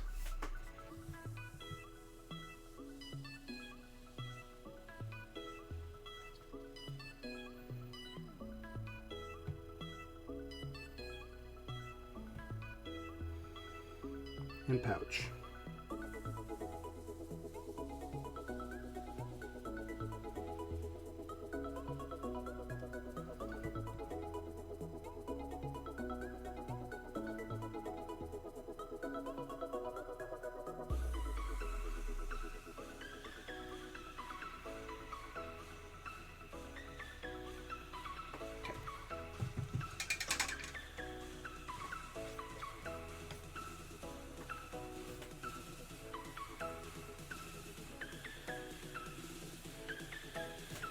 Back to our orange. Just a couple pieces I saw that need just a little splash. Oh no, nope, too much.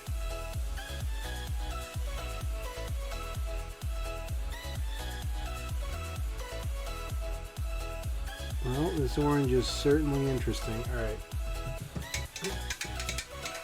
We're going back to the brown. Got a couple other places to touch up here. But then we're almost done. We're really almost done. With this guy, anyway. I need to pour some more in. Where's the really good leather? Oh, put you back in here.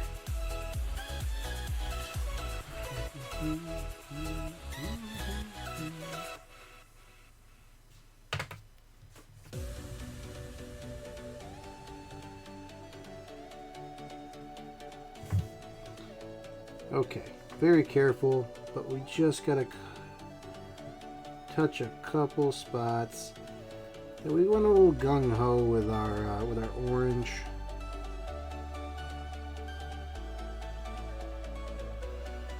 Just want to make sure orange knows who's boss. And this is that brown territory.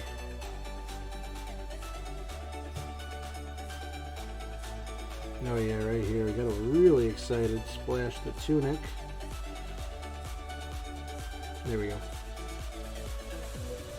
There we go.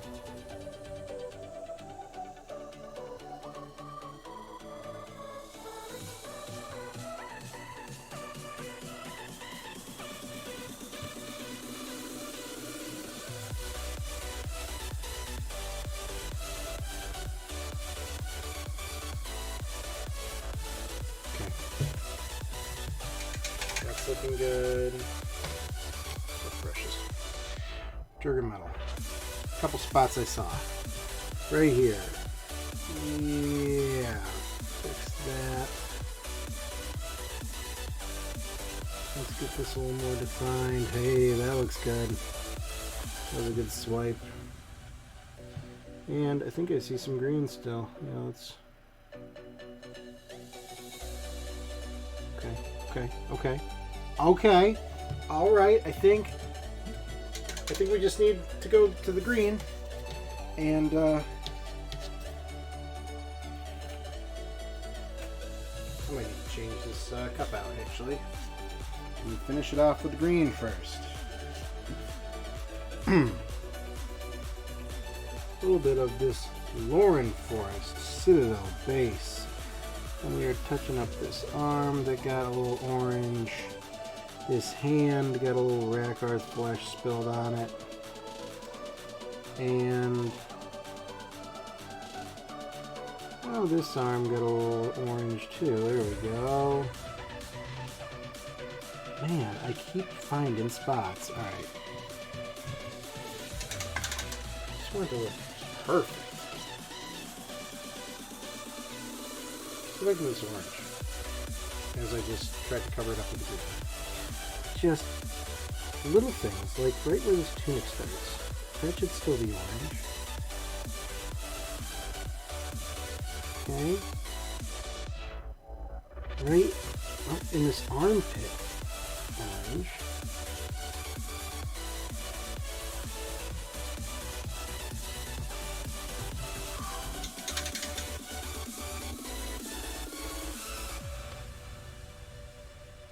Back to brown. And touch that.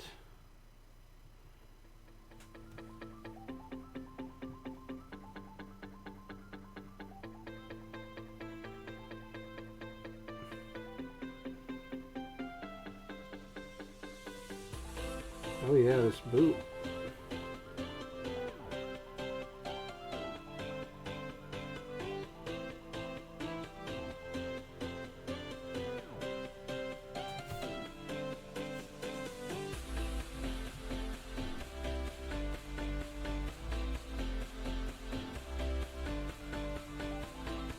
Okay. There we go. Last touch. Underdark gray. Underdark gray. Get that sword. Right there. And the correct color to use for this, in my opinion, is from the D&D Adventurers paint set. And it is called the Mithril Silver. But we do not have that color at this time. We have the Underdark Gray, which is a little duller, but it does the job. Okay, here is our last Warlock. Bright orange. Very nice. There. Yeah. Oh, that's cute.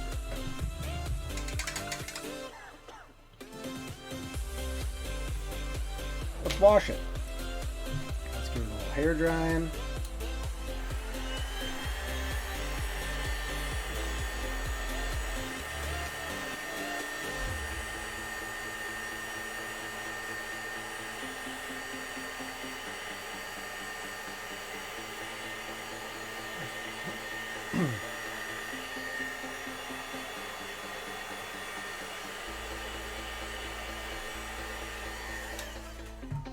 Okay, now we are about to wash this. This is dry, about to be washed. So remember what this looks like now, because we can see the effect the wash has on it. I think I'm going to use the Reichland Flesh Shade again, because it is like a brownish red, and with the orange and the browns here, I think that's going to work very well. Shake that a little bit. Here. Our wash brush that we've been using, which is this one right here. Stay there. Dip into our flesh shade, and let's go.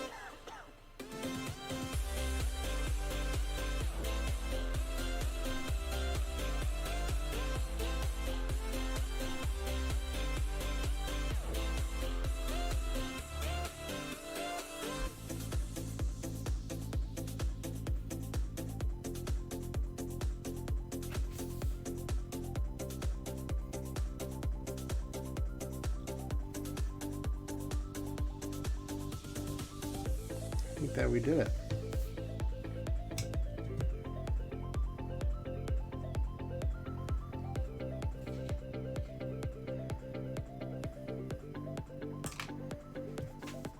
Final product.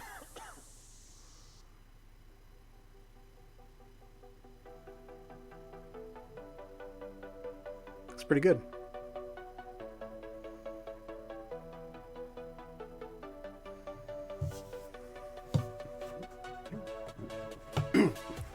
All right, how long has it been? 2 hours? It's been about 2 hours. Here's what we have to show for it. Come on. All right. Which one do you like best? I think that this one is my number one. Our orange boy in the middle is number 2. And then brown, sort of ordinary boy is number 3. But these guys, wow. Talk about Halloween colors with that orange and the purple here. This is getting pretty crazy. But yeah, I hope that our guy likes his shaman, because they are ready for him.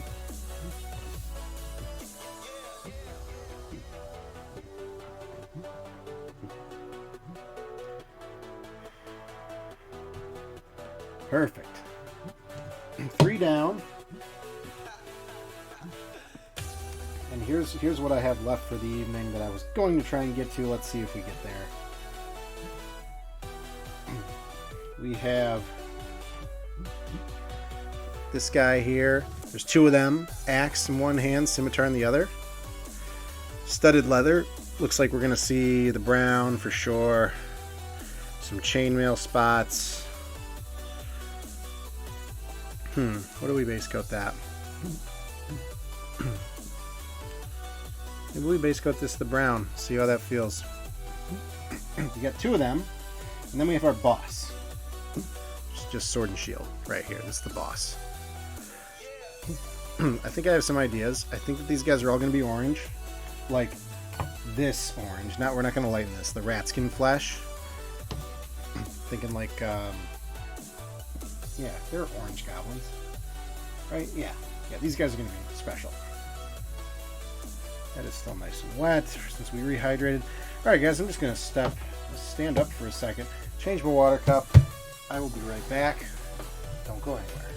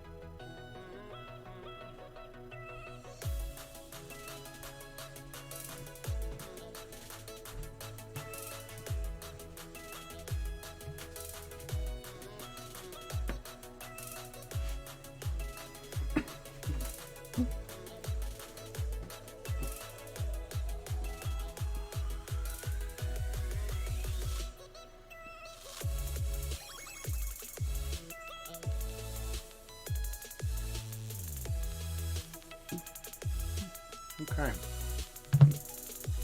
We're back. We're in no rush. 3 more guys to paint. I'd really like to paint them tonight.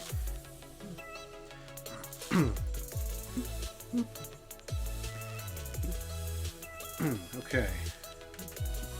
Do I base coat these brown? A lot of brown to be used here. Make things easier.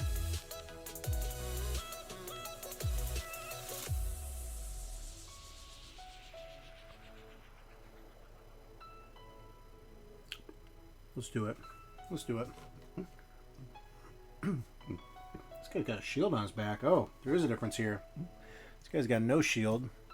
This guy's got a shield.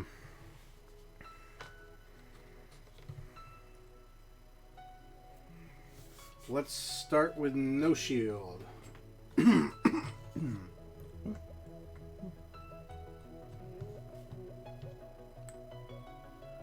stay in there. Alright, rigid leather brown.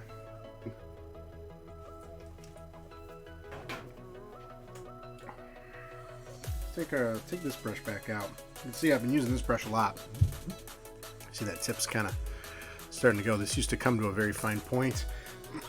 Not anymore. Now this is base brush. Let's get our rigid leather brown here. And let's do it. Let's just see what this looks like. A lot of this model is going to be brown as the finished product. So let's see.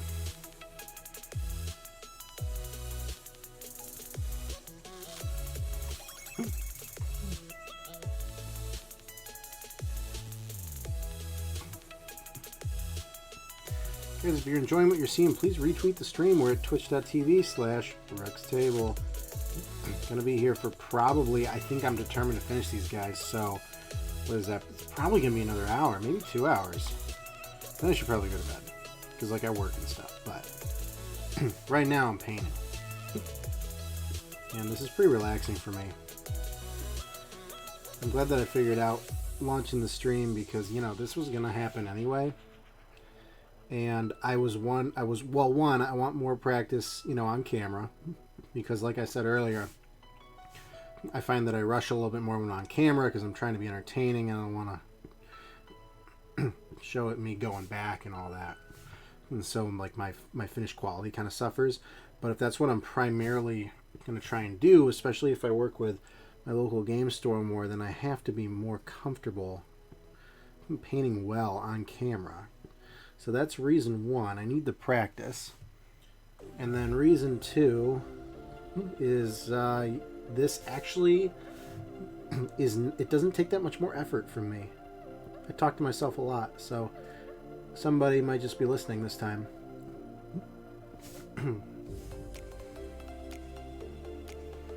Pretty good base coat. Brown's cooperating with me a little more now that we're just kind of splashing it all over the model.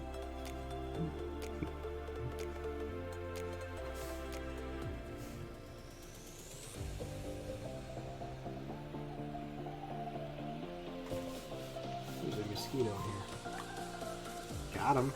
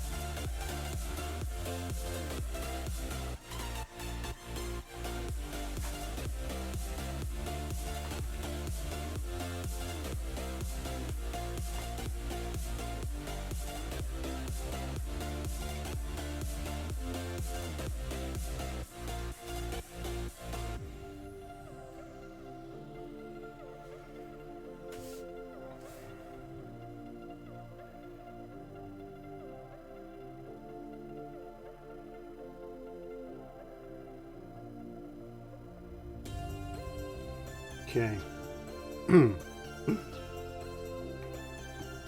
That is the first one. It's just a couple gray spots left, just trying to get all that away.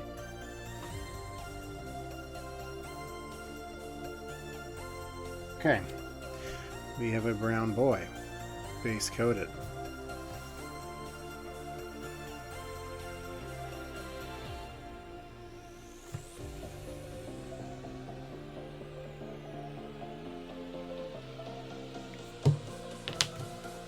One.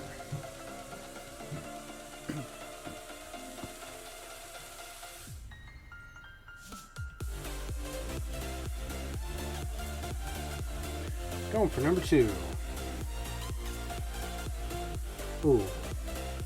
This guy is actually more... This guy almost looks like he's not wearing pants. Kind of got like a kilt going on and then boots. Maybe I want to base coat him with the orange. What's this guy really going on? This guy also...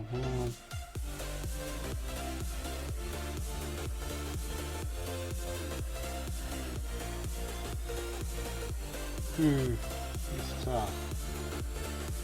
I think I want to base coat that guy with the orange.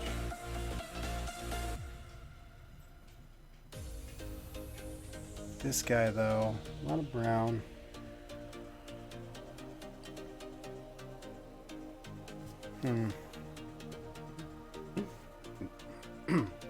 This guy's going orange. This guy will base coat brown.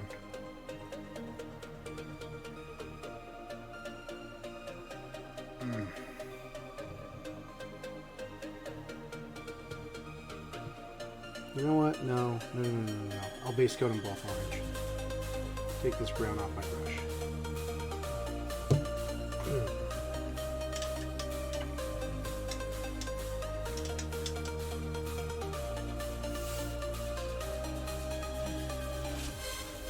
The orange coming through on some of the brown spots is going to look okay. Compared to like green. Go into the rat skin flesh here. And let's find a new spot on our palette for this. We want to keep it this color. A little darker than what we kind of mixed up there with our white. And let's grab a healthy amount because we are base coating 2 models with this. There we go.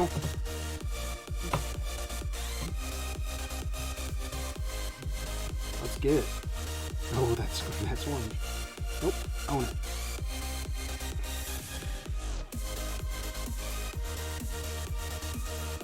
Just stay in there.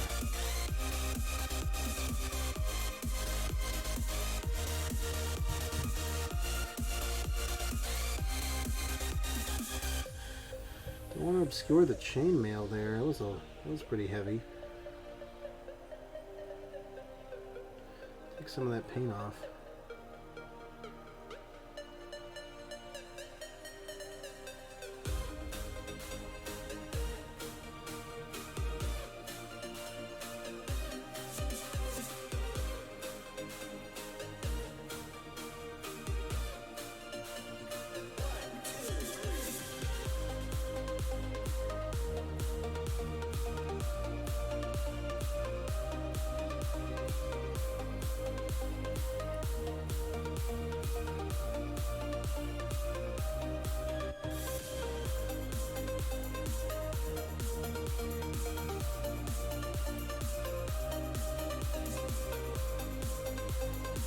There we go.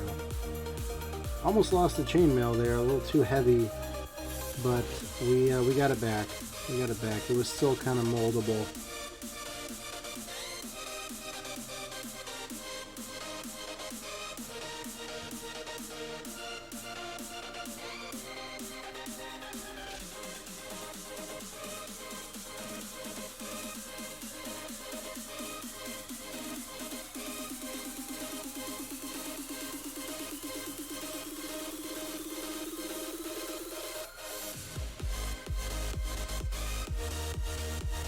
Another slapper. This is no copyright sounds, guys.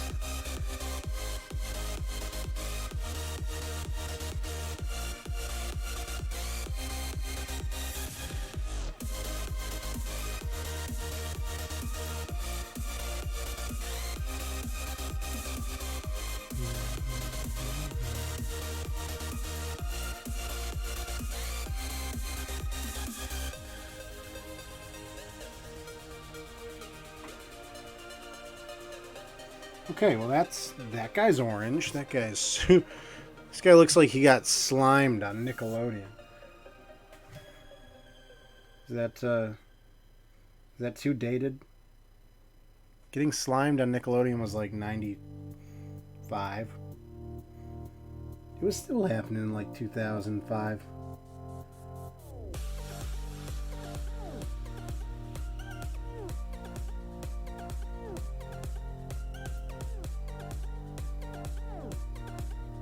Wait, the slime was green. This was just the color of the Nickelodeon logo. Yeah. Okay. Yeah. Okay, I'm gonna call this Nickelodeon orange from now on. It's a gray color. Cool. It's an orange man. Last guy. That was our boss, actually. I think that all three of these guys have the potential to be a boss, because they're very, like... They're both dual wielding, which, like, no other goblins that were assembled are. This guy's dual wielding with a shield on his back. Like, that doesn't scream boss. I don't know what does. So we're just gonna make them all look menacing.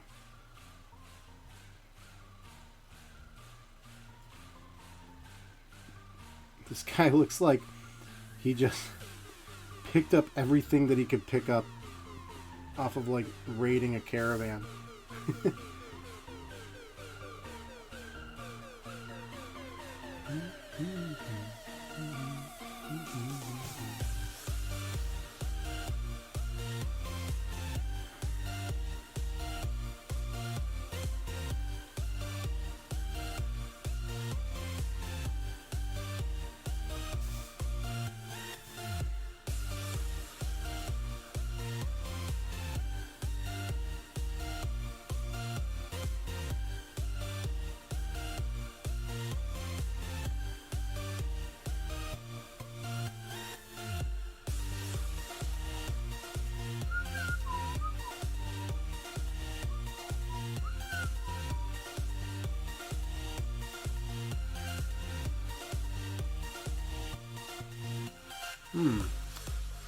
A lot going on down here. It's like chainmail's meeting the leather down here.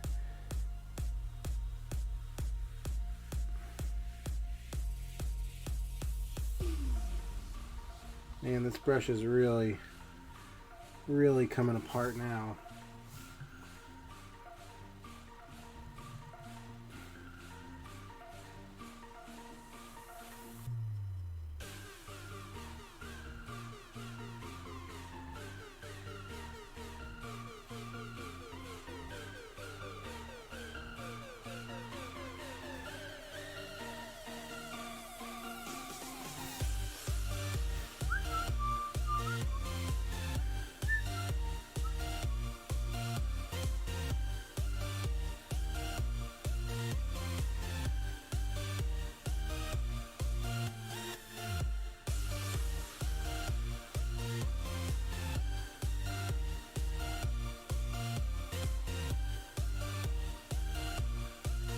Alright, I'm excited about our orange boys for sure.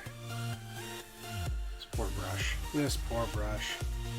Some of the pieces, look at this.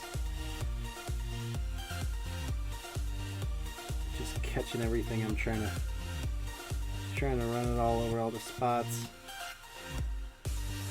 Very good. Looks like a good coat though. Good base coat. No gray. We're good.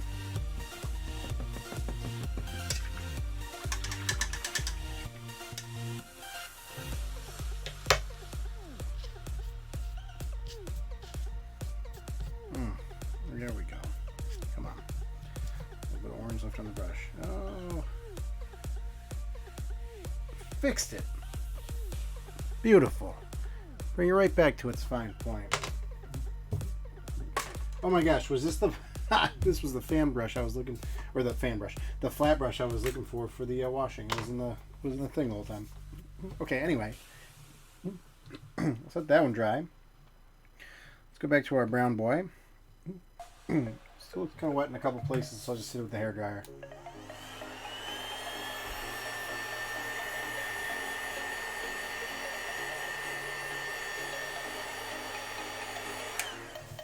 There we go.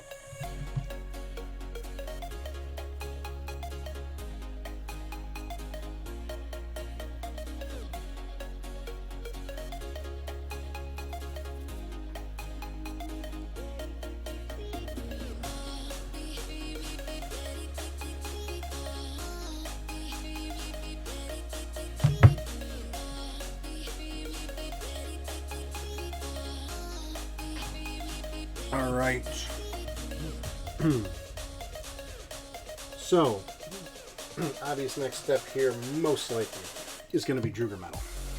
Are we still wet? Oh yeah, we're still wet. We're still wet over here in the palette. Keeping wet for 2.5 hours. It's insane. Alright, let's see if I absolutely blew it by base coating him brown. No, it's still kind of coming through as the black, because I remember before it was like we were having a hard time. I'm afraid that the brown is going to be too mighty to achieve exactly what we're looking for. And I don't want to glob too much of this, the Duergar metal on, because I don't want to obscure the chainmail, you know? Looks like it's working for us right now. Okay, this one's a little more consistent. We got chainmail on both shoulders.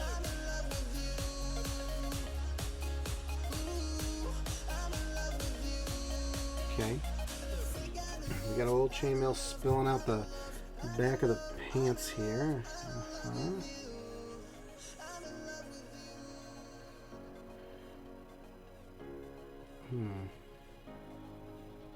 Still looks brown there though. Yeah, we might not be getting the color we're looking for because we tried a brown base.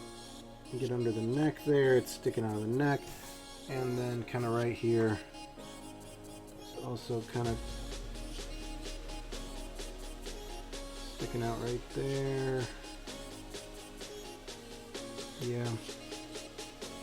I mean, it blends pretty well, but it almost looks like, oh no, actually, you know what? It's drying. It's drying with that black there. That's nice. There we go. This guy's gonna look like he's covered in mud. Alright. Hell yeah.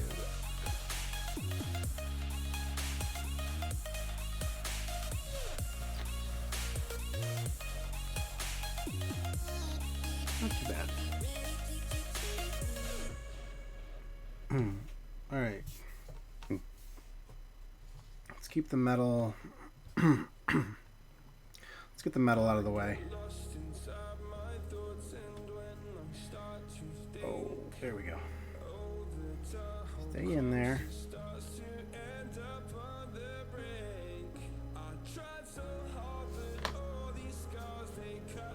Clean the hair dryer.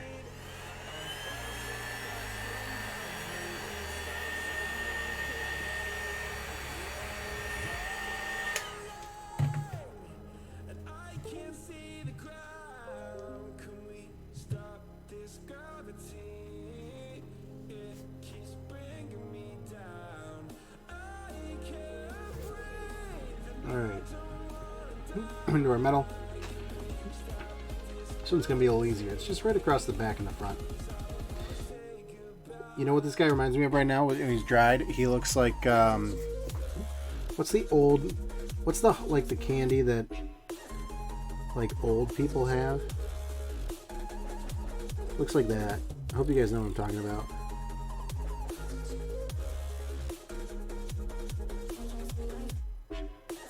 Yeah, the metal's coming through really nice on this one, though.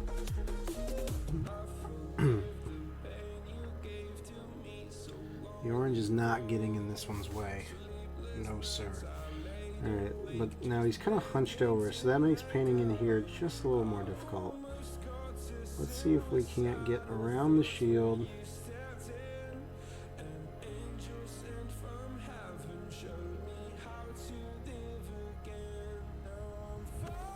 Yeah. Okay.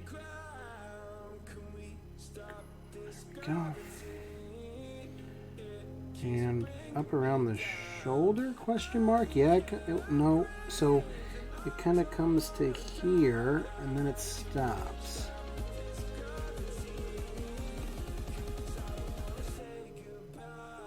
Because then there's like the clasp for the cloak, which looks fine. Oh yeah, it's been good.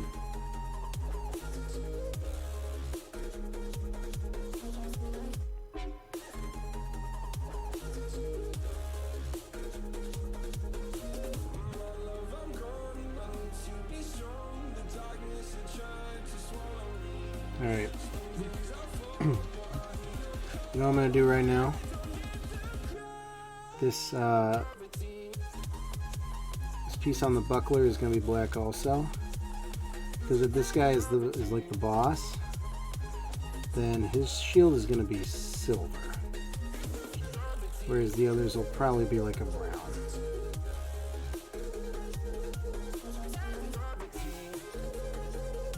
And so it's like a silver, black.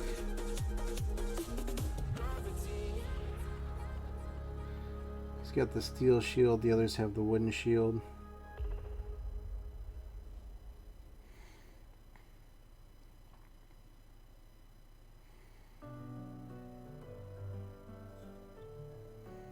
Okay.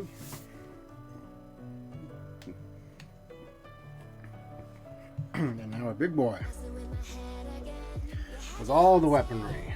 This is going to be hard because the shield's on his back. So we have to try and put the metal on. So it's all over his front. And then kind of on his back. You see it's on that arm. And then there's the shield.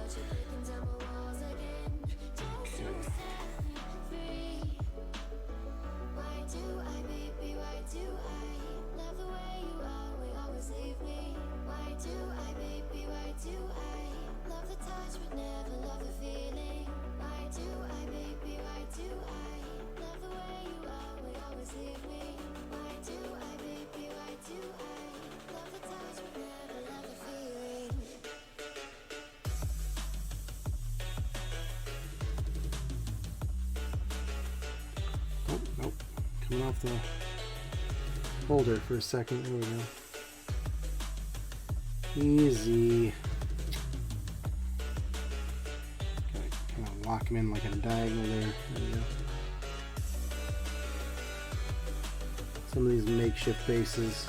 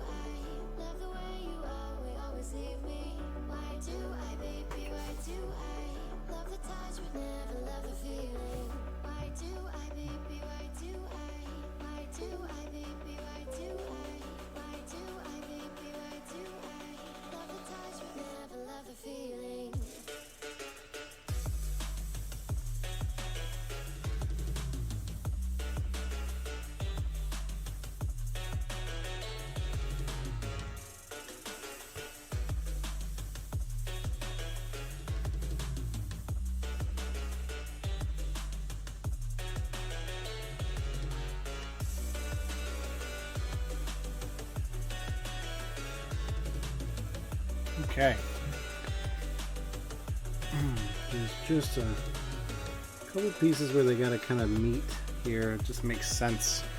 You can see the kind of chainmail there. Try to get behind the shield as best I can. That actually looks pretty good. Yeah, and that's the cape back there, so we're good. We're good. Oh yeah, it's kind of drooping in the front there, just like the last one. So we want a little bit there.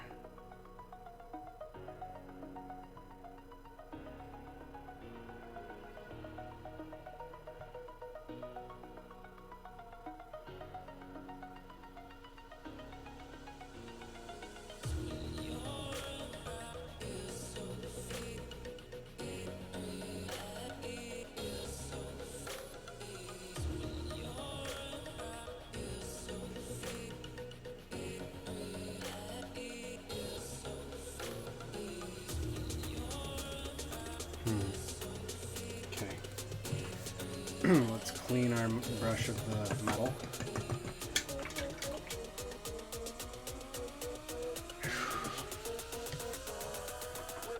That is really on.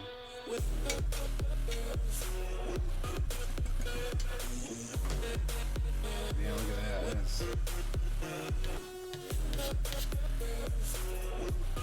Grab a glob there.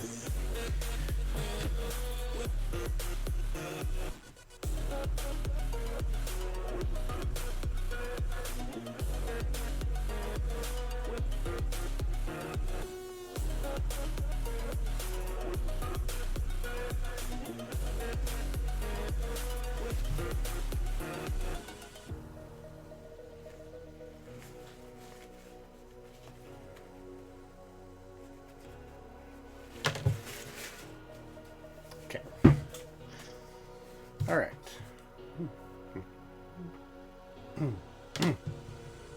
Let's switch back to brown. Oops.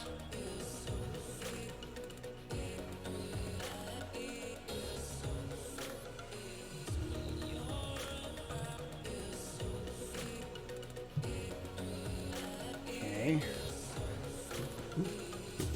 What's the next step for brown boy? This guy's got horns. They all have horns? 2 of them have horns. So a lot of the brown has been applied. Let's go. I would really like this to work.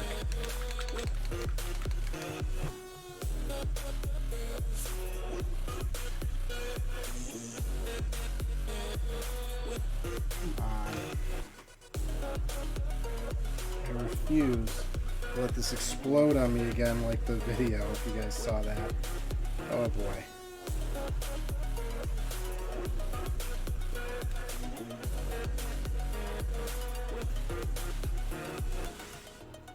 Come on. Just... Yeah. I don't trust it. I don't trust it. Alright, I'm taking the dropper off.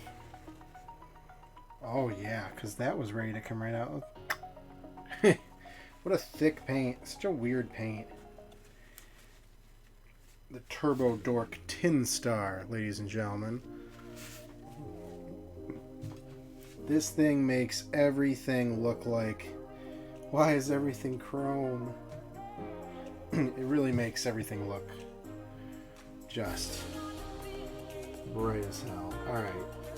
Dip into this. I'll show you what I mean. Let's do the sword and the axe with this. Whoa, whoa, whoa, whoa. You just wrap that in tinfoil. That is bright, right? But I'm just going to put it kind of on. Just going to put it on the weaponry. This on the head of the axe and the sword, the blade. And I'm just going to be kind of a little, just put it all over. Whoops, got some on the hilt. Well, that's not what I wanted. But just kind of put it all over. And now he looks like he has 2, like, LARPing tinfoil weapons.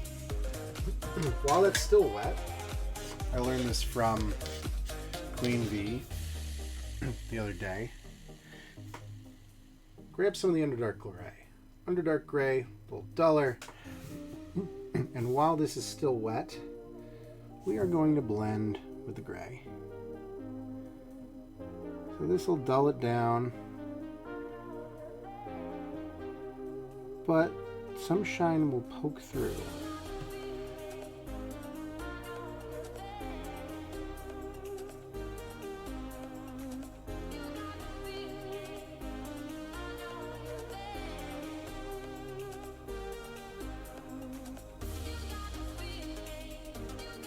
There, not as in your face anymore, but you can still see it come through just a little bit. Now those weapons, ooh, they look shiny, they look polished.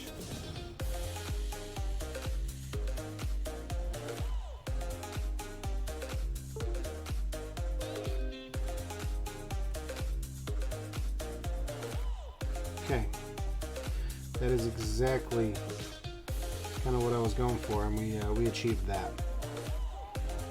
Now, Underdark Gray on the sword that's kind of at the hilt here, is at the waist. We can just Underdark Gray that. We don't need to bring too much attention to that. Just, you know, it's there. It's a sword. Man, a lot of the rest of this is already covered with the brown, which is really nice. Okay. Now we'll go in with some of these. Is that dry? Yeah. We'll go in with some of these extra details with the with the Rakarth flesh. Is that still wet? The Rakarth flesh has been drying on me.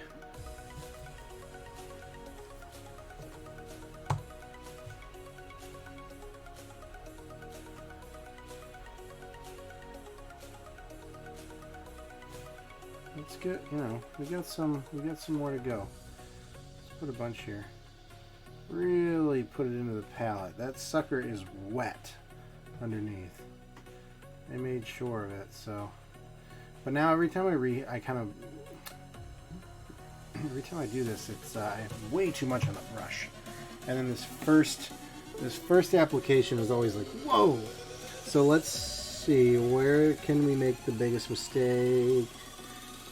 Let's try this leg.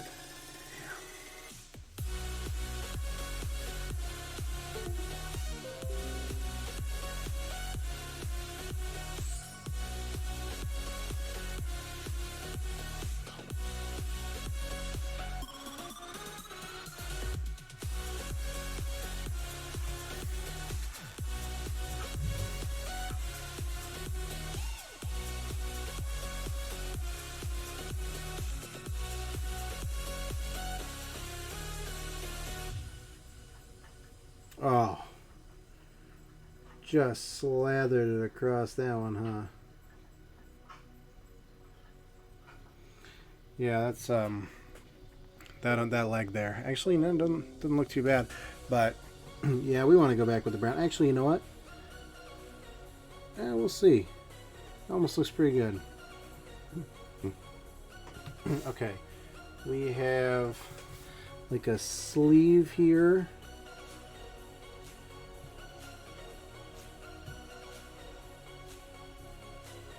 Okay.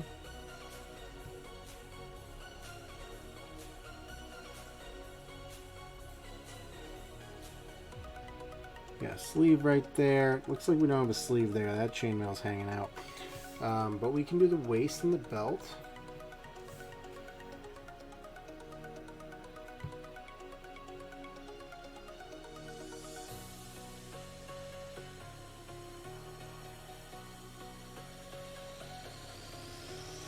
This pouch.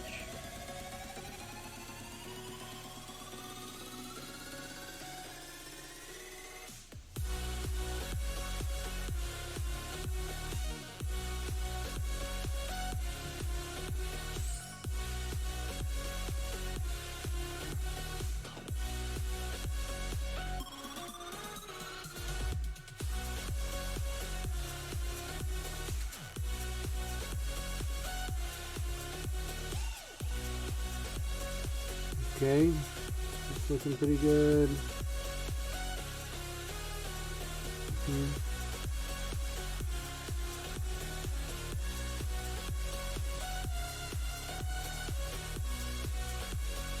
And the bracelets here.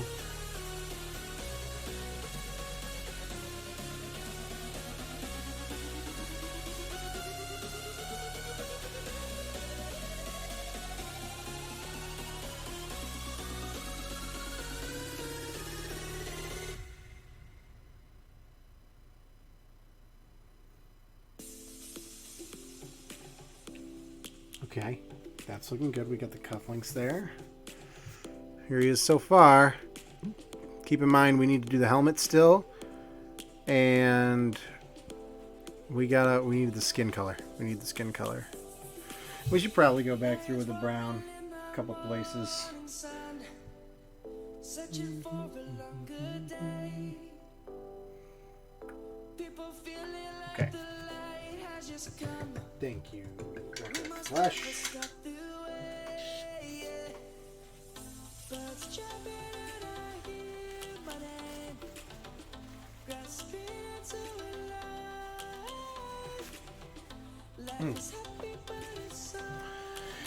Oh man. I've done how many now? This is gonna be 6 and 6. I've done 12 out of 30. There's so... How do you paint 30 of these? These are due by... I gotta get these to them by the 2nd of October.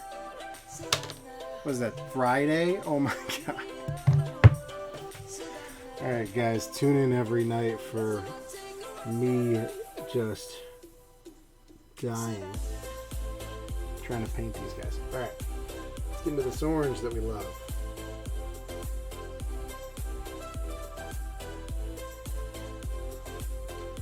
This is the rat skin flesh, the Citadel. And this is what we want to be our skin color. Let's just hair dry real quick.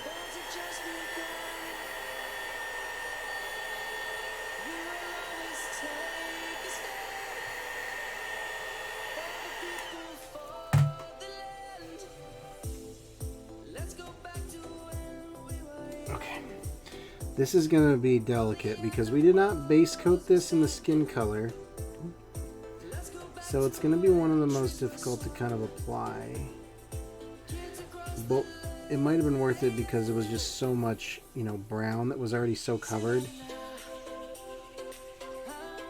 Man, I need more of this thing. Man. It's dry on that. This light is killing the moisture. Let's put some over here.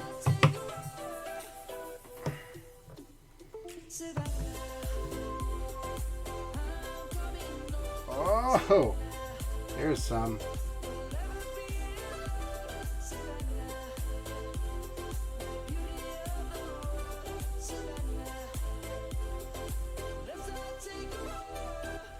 See, but now I have so much on the brush. Okay, here we go.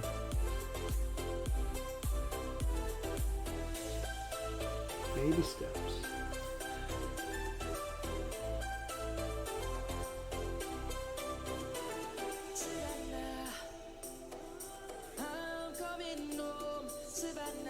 Oh god, this is so like... Thread that needle. Thread that needle, we got it. Okay. Yeah, the arms are tough. It's just a small window where the arm's sticking out. Oh, and the hands too. Gotta get those hands.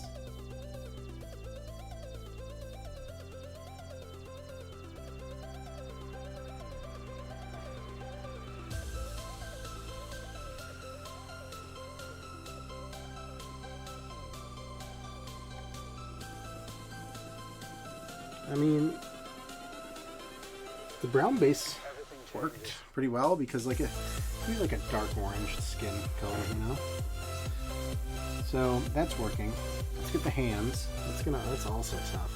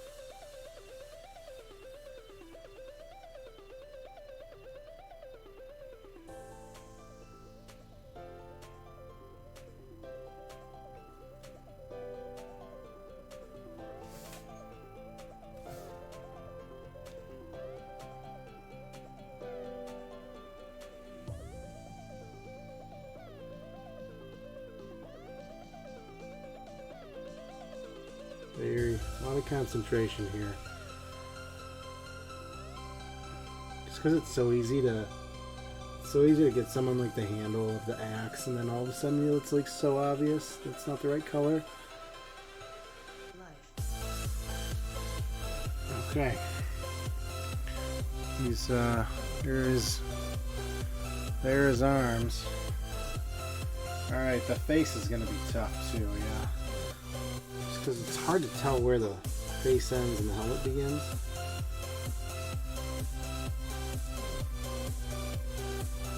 So you gotta get around the neck. Ah, shoot, now I remember why I base coated the others the skin color.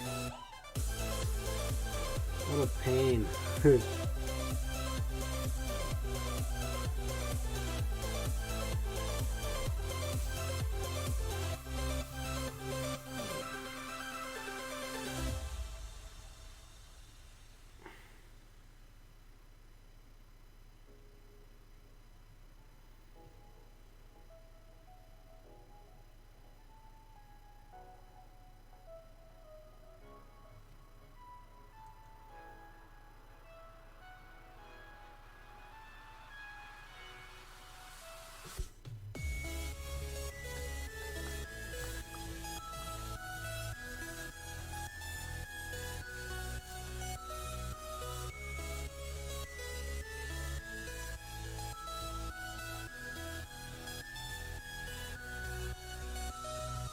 Oh, God. It's like impossible.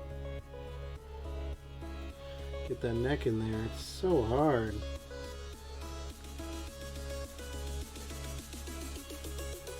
Yeah, we're definitely going to have to go back with the brown a little bit right there. That wasn't happening.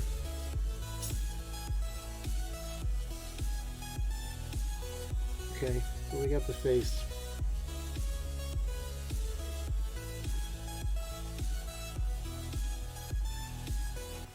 Wow, look, I even got some. I even splashed just a piece on the shoulder there.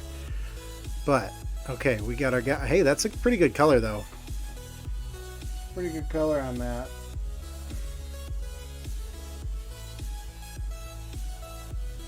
Luckily, we only have to do that once. Oh my goodness, Because we got orange on the as the base coat on the others. I want to. You still see the eyes though? Yeah, you can. You want to take away that detail. Okay. Take a grip of the orange.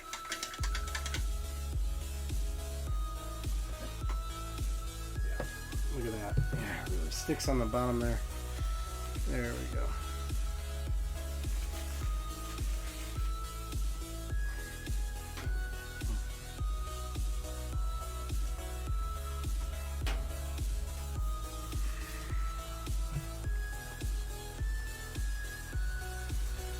Okay, so what do we need to touch up? 2 gram metal. We still have some here. Yep, there's that.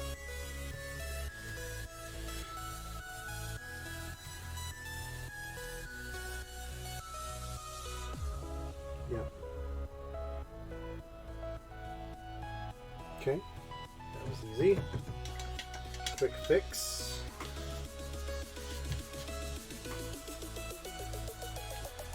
And now let's dip back into our rigid leather.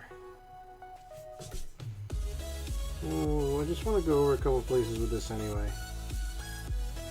Because this was our base coat, so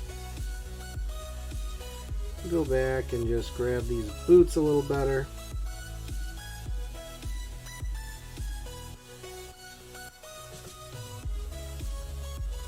And now, yeah, this kind of collar. This collar definitely needs touching.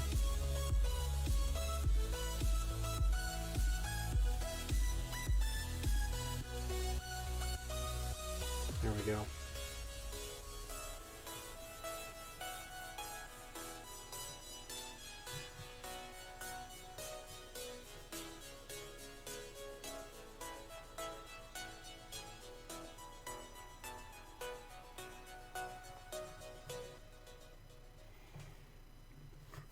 Now, do I leave the helmet brown too? Do I leave the helmet brown too? No, I think I need the rack. I think I need the rack hearth flesh there.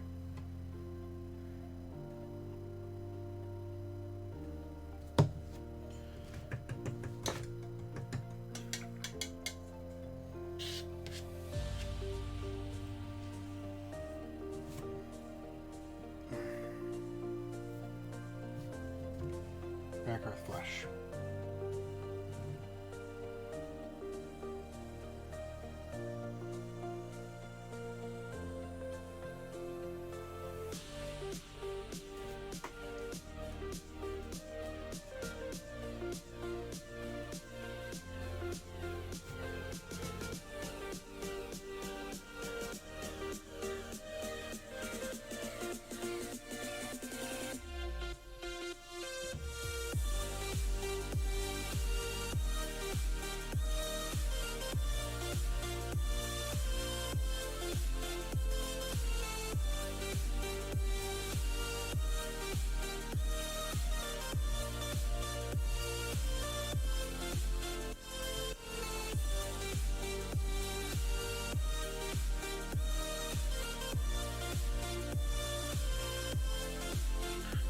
Paint the horns this color too.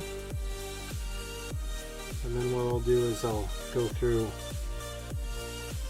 the matte white while it's still drying and sort of blend it a little bit on those horns. They don't have to be completely white. There we go. Don't have to be completely white. Don't have to be. Actually, you know what? The rack hearth flesh does a good job of like almost kind of getting a bone color, but you need just a tiny bit of this matte white too. You know? See what that kind of looks like.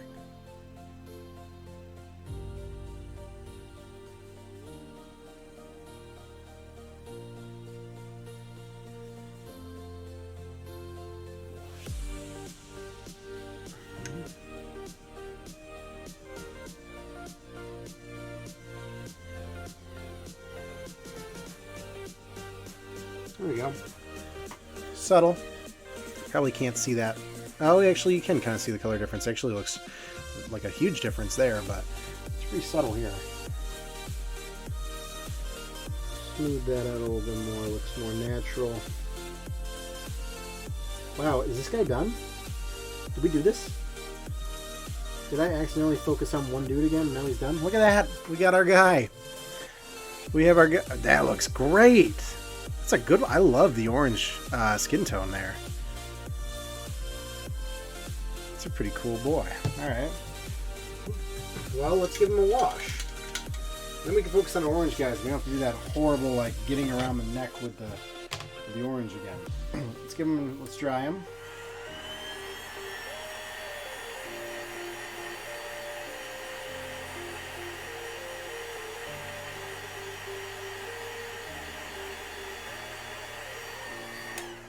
Alright guys, I think we're doing, you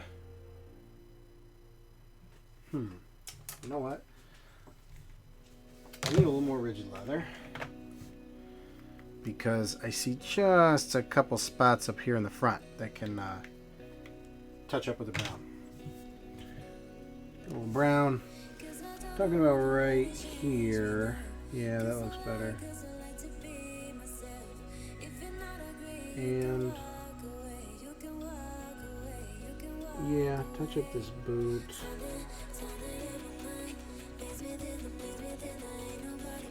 There you go.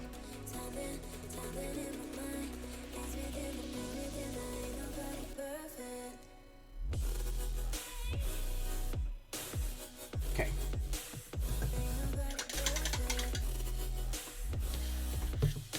It's been 3 hours. I gotta check my playlist, guys. Don't want to drift out of non-copyrighted stuff. Oh yeah, we are so close to the end. Let's go back to the beginning.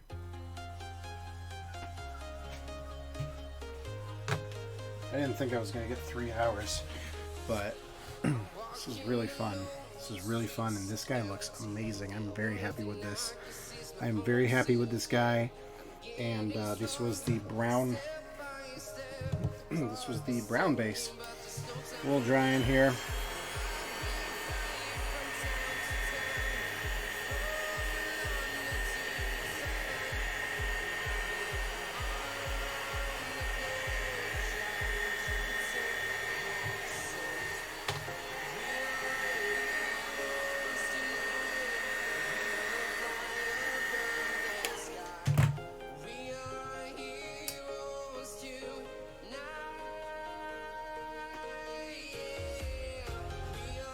Okay.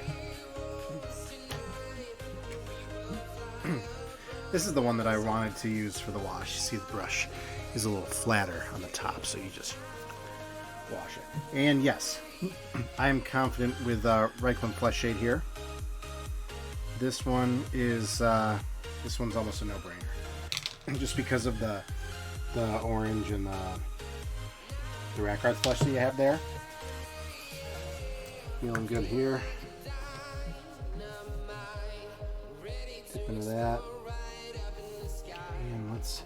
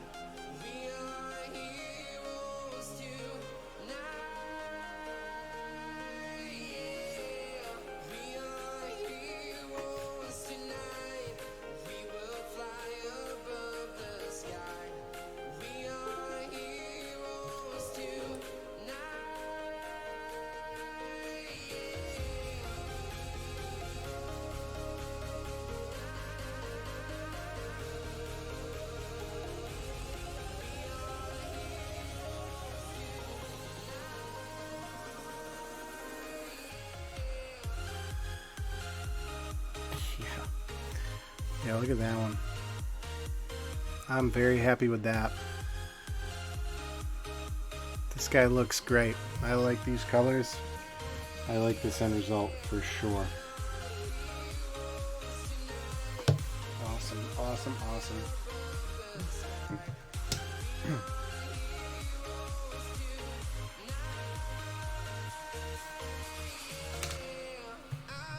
See if I can get a good picture of this one in the light. I've learned that taking pictures of these things is almost as skillful as painting them. Like, seriously. Like, how do you get this? Come on now. No, it looks like... It just looks... Yeah, I gotta, like, hold it up. But I want... Come on.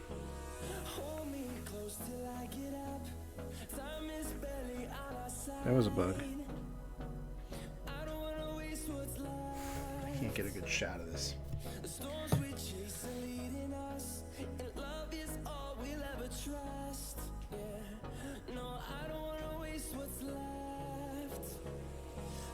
That looks pretty good. Yeah. He's a good boy.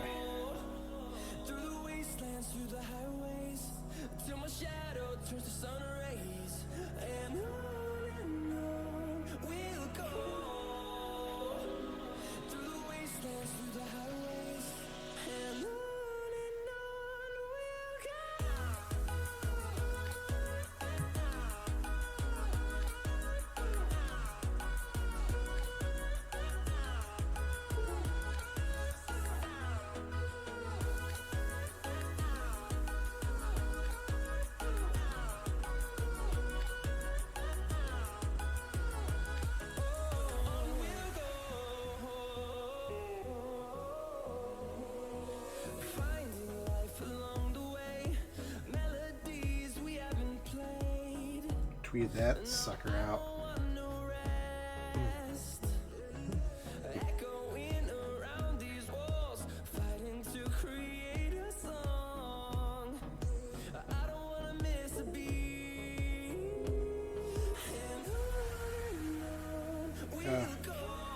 It's 12:30 in the morning. I probably don't want to send that on the Discord. I was going to send that on. I will.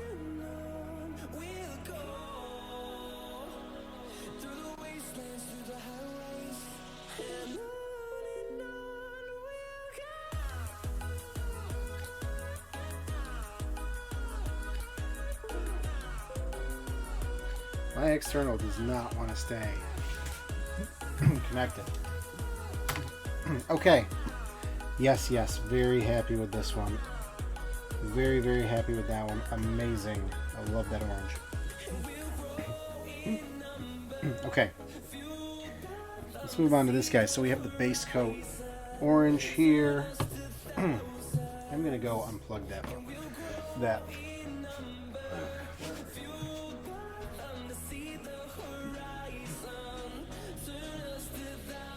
There we go.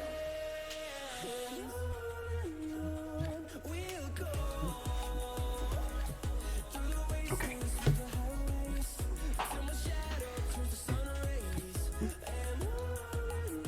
This guy, we're going to need brown. We're going to need silver.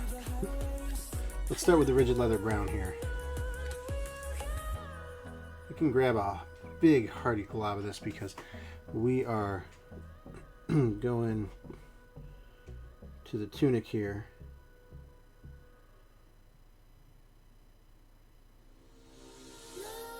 This is going to be interesting. Come on. There we go. Brown's being Brown's being thin on me again. Oh yeah, but I think we agreed that these guys aren't wearing pants, which is pretty cool.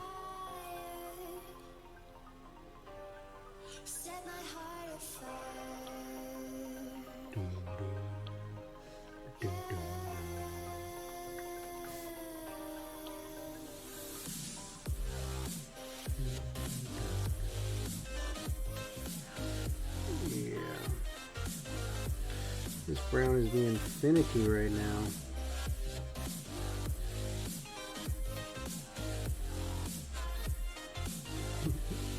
I'm afraid with the orange base coat, we're gonna have some kind of Mad Maxy characters. Because that orange is determined to just kind of peek through this brown, you know? Go back with a couple coats. Wow, that is really get that mixed in there.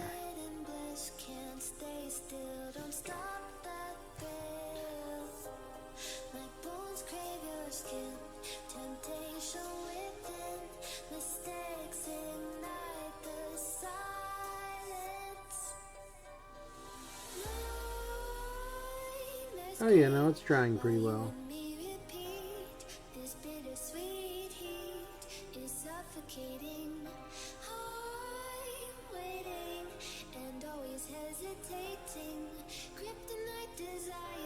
Yeah, this front needs work though. Oh boy, does it still look orange.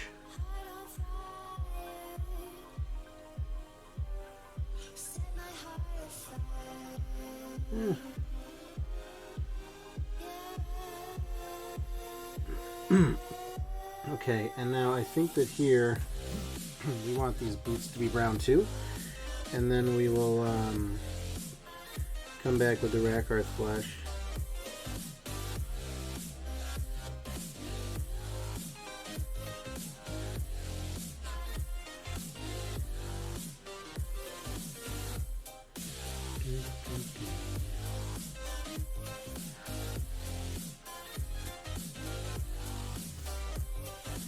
One boot down.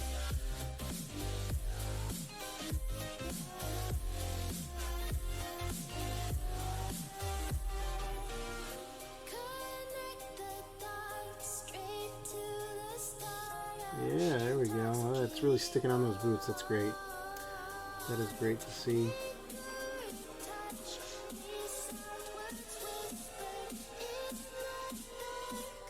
I'm trying to avoid coming back to this brown so much, so I'm just trying to touch up all the little places.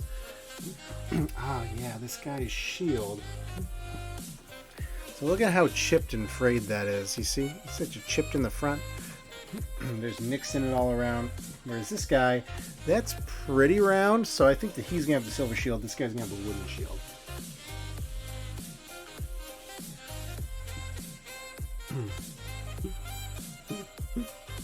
Yeah.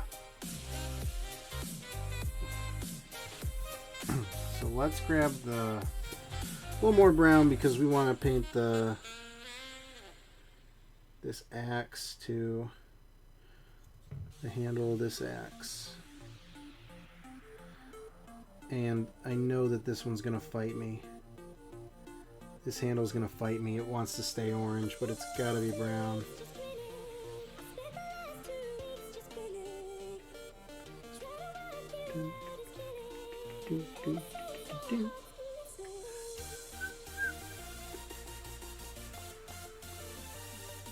The pommel of this sword here.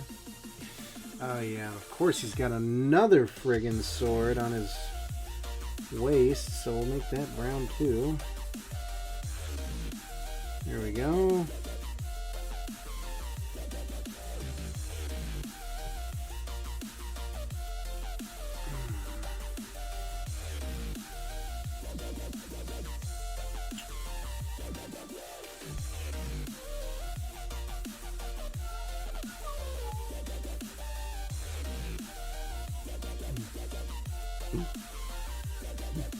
Now, yeah, that's right. I want the cloak to be the rack earth flesh because I want the shield to be the brown. So let's paint this shield brown.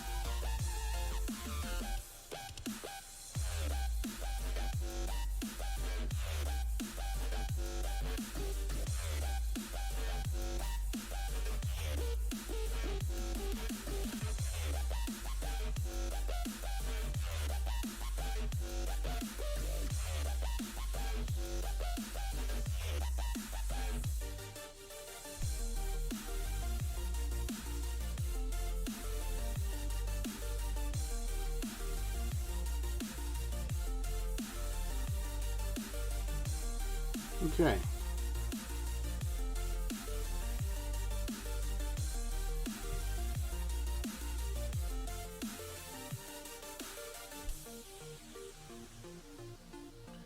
Yeah, we're gonna need to go back with the brown there a little closer.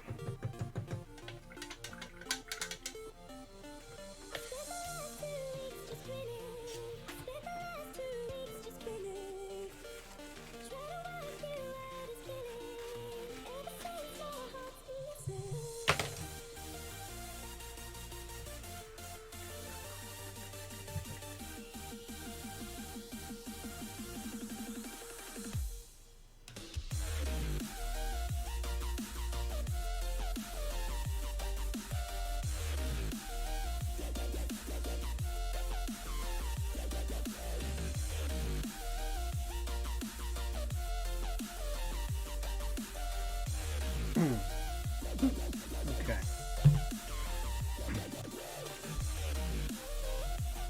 Let's switch to... You know, let's get the weaponry done. So we have our bright, our very bright silver here, right on the tip there. The aluminum foil, right?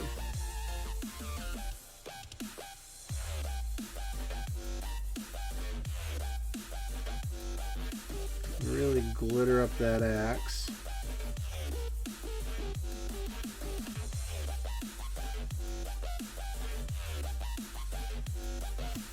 A little more, a little more.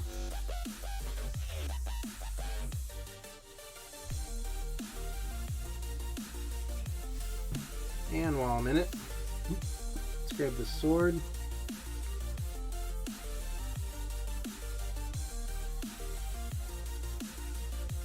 Don't have to completely cover it with this color because we'll be going back over with the Underdark Gray, and we'll just be kind of blending it on the weapon. So, very bright. Oh yeah, that really hits you right in the face, doesn't it? Not cleaning my brush. Right into the Underdark Gray.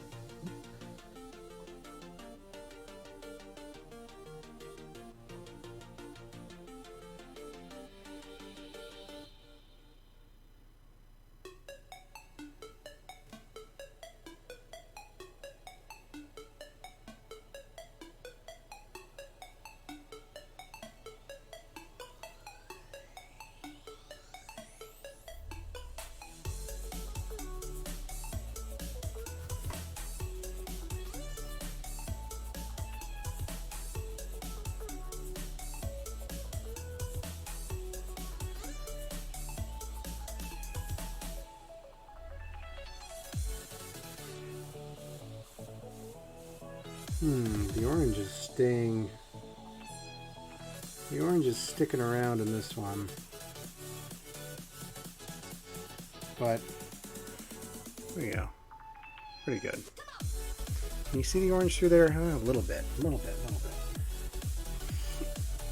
A little more under dark gray. Avoid kind of that tacky spot right there. And let's grab the blade on his waist. Yeah, that orange is coming through, huh?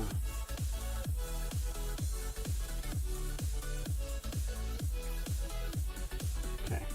Yeah, he still looks pretty orange, considering all the colors we've added. So we are going to have to beat the orange out of him. Oh boy, okay. Past the 3-hour mark. I'm committed though, we gotta do this. Alright, let's get our rack art flesh, still nice and wet on the palette. I think that we agreed that he's pantsless. So let's grab our sleeve here.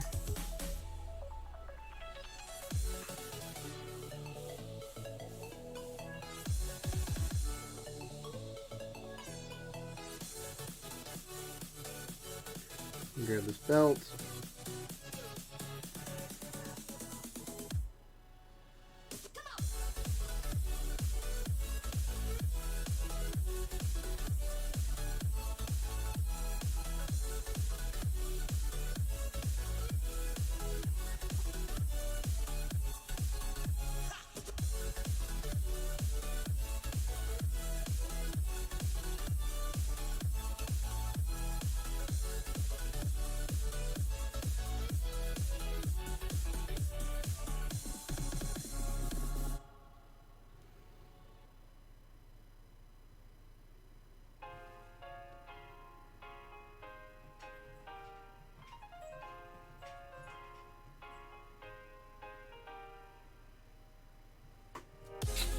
A little too much there, We'll have to switch back to the brown. But it's looking good. Okay, see the dark earth flesh coming through there? This is definitely looking a little Mad Maxy, right? This guy is Mad Maxing it. Right, dark earth flesh on the cape now. Which is the one that's kind of tucked right here behind the shield.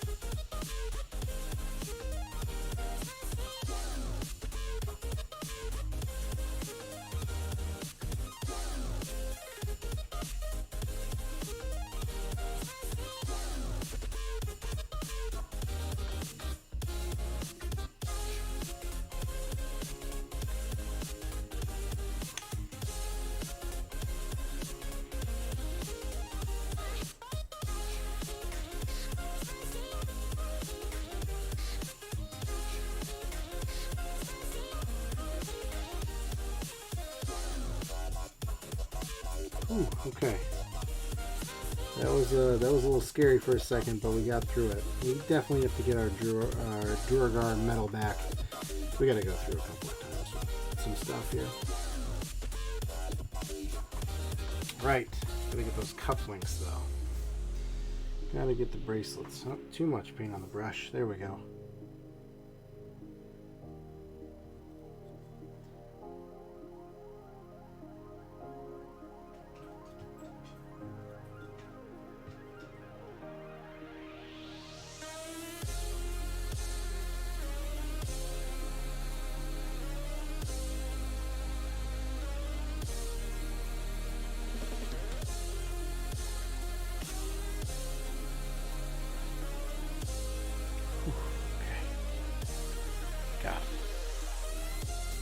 This also turned out to look pretty good.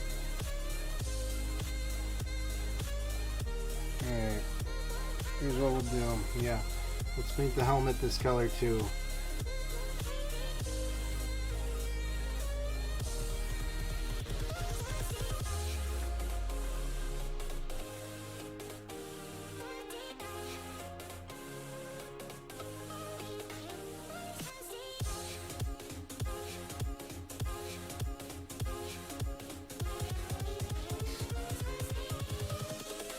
Invincible.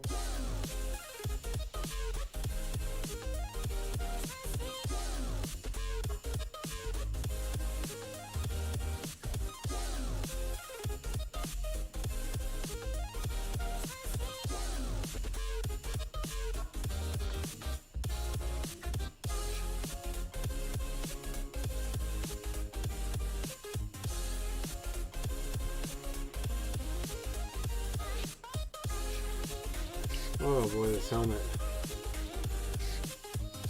This helmet is tough. A lot of intricacies here.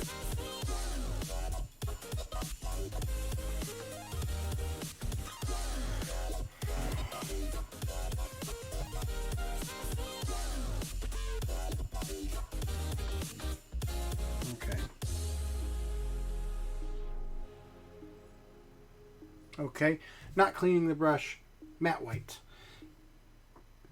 Whiten those horns just a tad.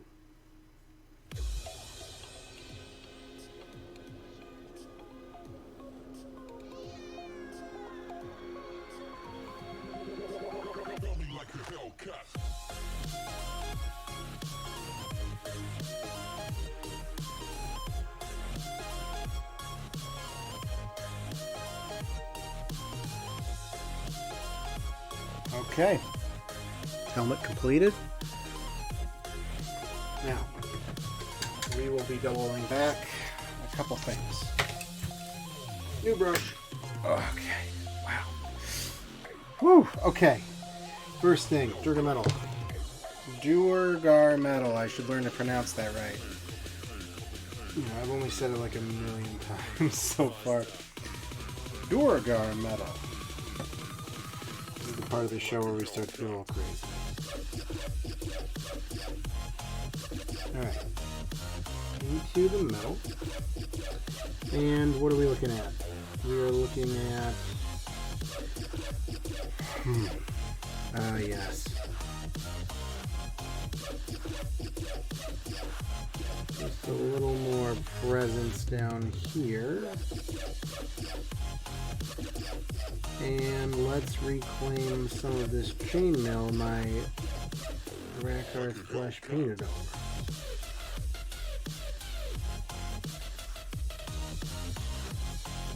Okay. That. What's over here? Yeah, that'll do. That'll do.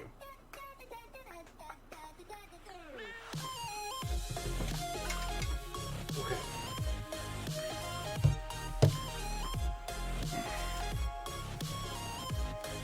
Rigid leather brown. Rigid leather brown. Yeah, what's going on, dude? What's going on with the front of the pants, man? We need this orange to go away. The brown is not strong enough. Can't withstand the orange.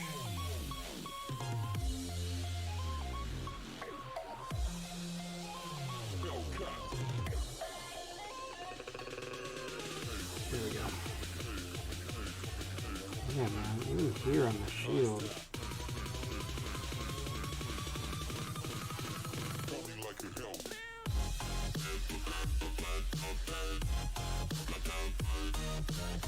Ooh, missed a couple spots. Okay, well, we've got that brown.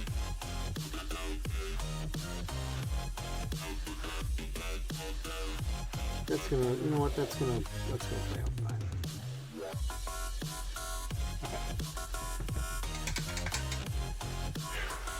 Couple more things. Rakarth flesh. Bottom of the boots here.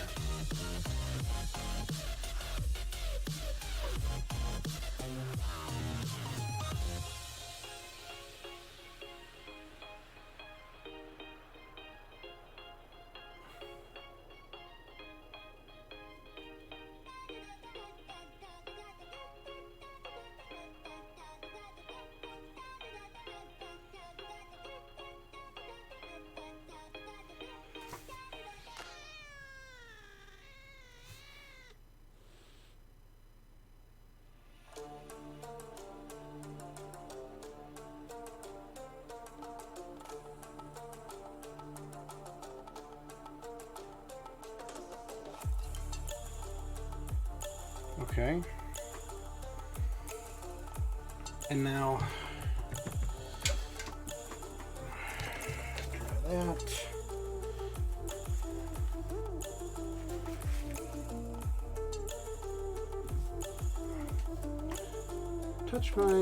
Touch the orange, because we accidentally painted over this leg real well.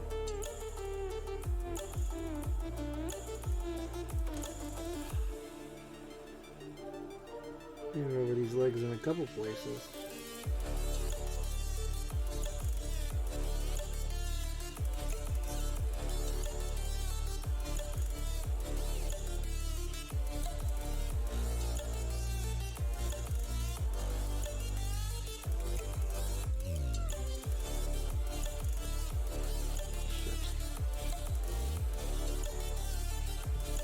There we go. You didn't hear that.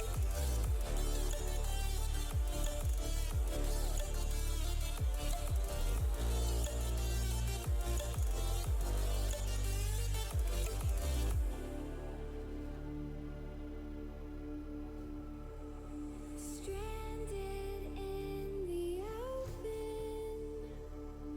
dried out tears of sorrow, lacking all emotion, staring down the barrel, waiting for the Touch a little Underdark Gray here. And let's go over these weapons one more time. moving with the motion, following the light that sets me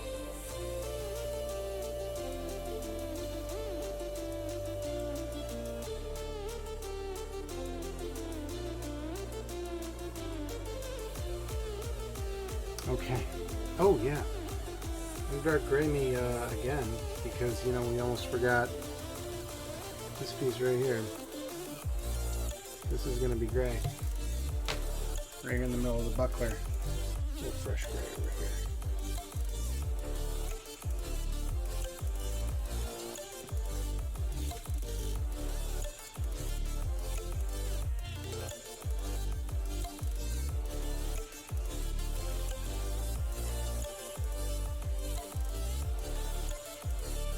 Yeah. Okay.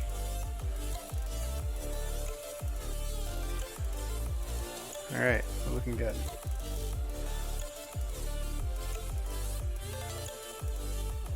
Okay, I feel good about this one. Feel good about this one, guys. This is gonna look good too. Let's wash it, you know? Man, shoulder. Okay, hair dryer.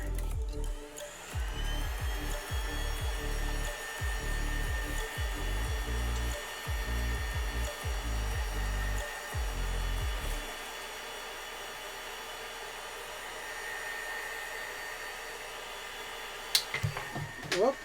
Okay. Hair dried it right off the painting handle. Luckily he's fine. He's fine. Oh, man.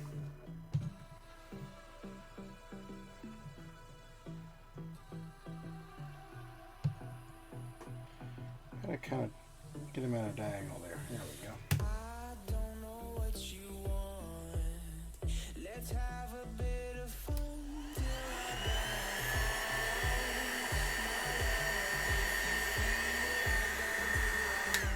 Okay, Franklin Flesh Shade turning into my favorite wash.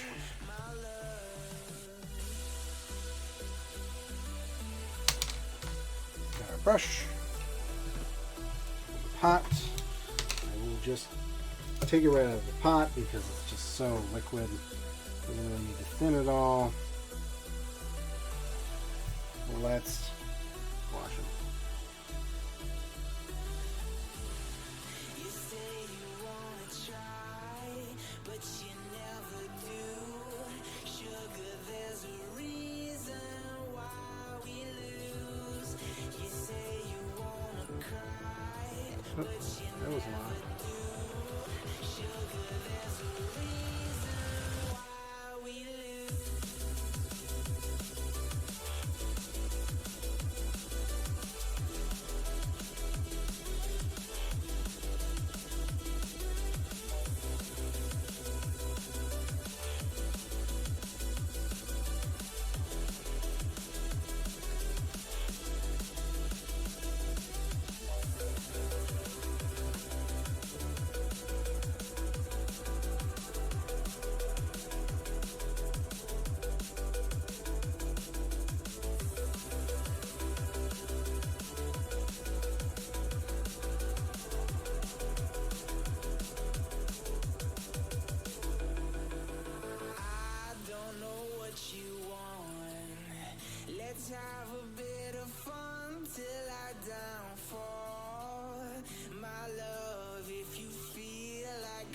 Okay.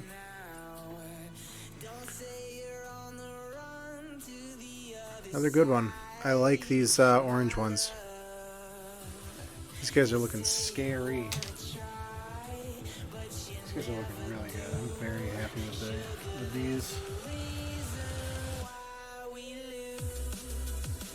It's like pretty, you know, it's very earthy tone. I mean, you got your orange and your brown and the red earth flash is like light brown tan, and then of course the flesh shade just goes back over it with, you guessed it, brown, a little bit of red, but it's looking really good. It's looking very good.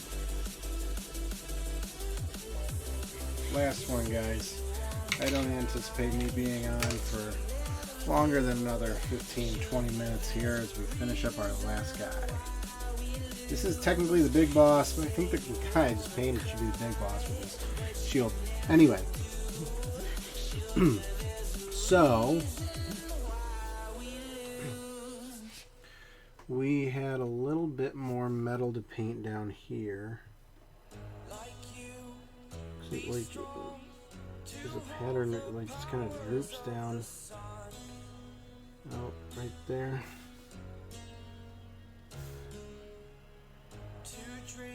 And it comes kind of up there.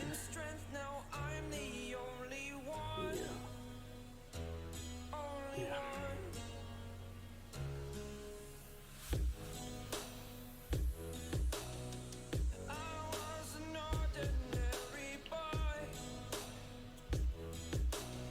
That's it for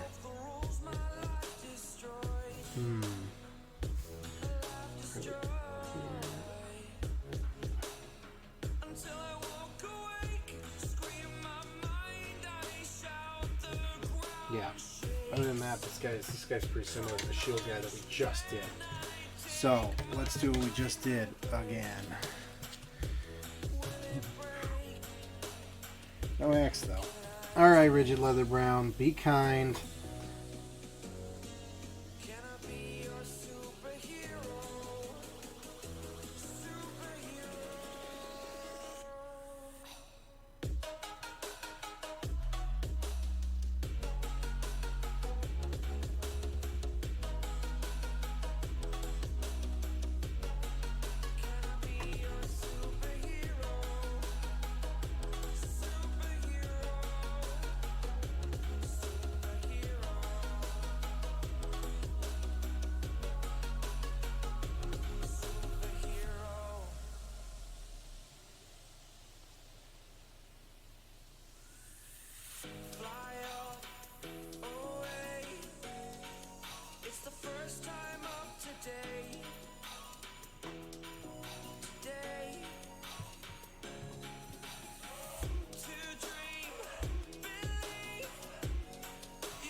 Now this is interesting. This guy... I think that this guy's tunic sleeves are going to be brown. Rigid leather also.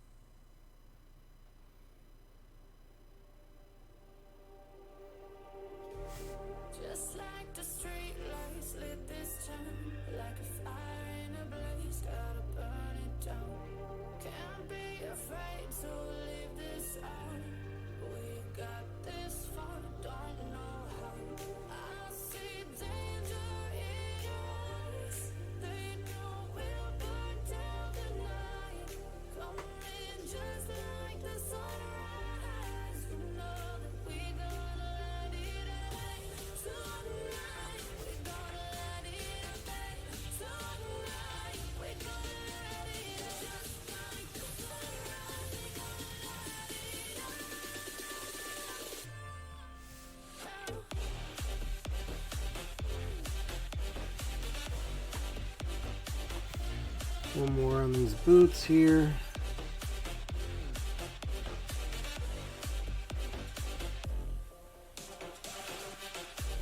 And I think we landed on the sleeves being brown because the cloak will be the flesh shade. No, the flesh shade's the wash. It'll be the Rakarth flesh. And then it'll be a good contrast there. A little more brown on the palette, please. Thank you. Just like a spark that's breaking out. Can't make a stop, can't turn back now. We know that there's no room for doubt. No, we can't turn back now. I see danger in your eyes. They know we'll burn down the night. Coming just like the sunrise. You know that we gonna light it up. Tonight we gonna light it up. Tonight we gonna light it up. Just like the sunrise, we gonna light it up.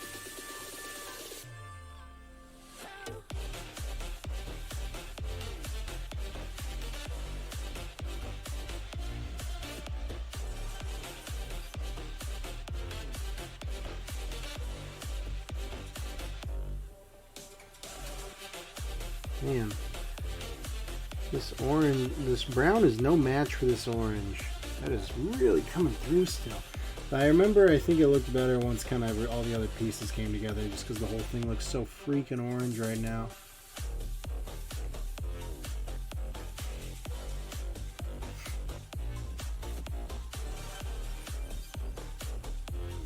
What else is brown here? Sword hilt.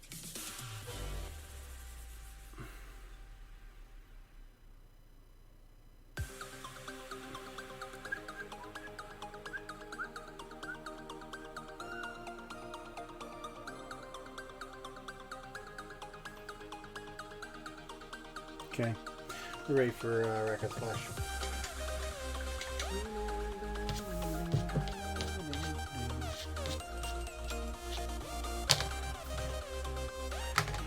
We'll blow dry first.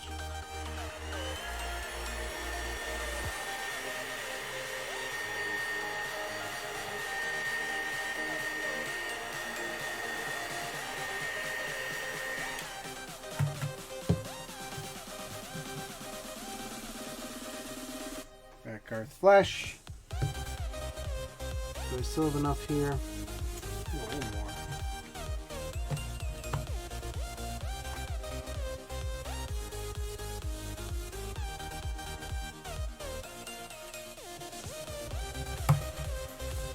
Spots don't look that big, but man, they you use them for a long time. So yeah, that's why these pots are like $4 to $6. Because guess what? You use it. It lasts you a while. It lasts you a while, for sure.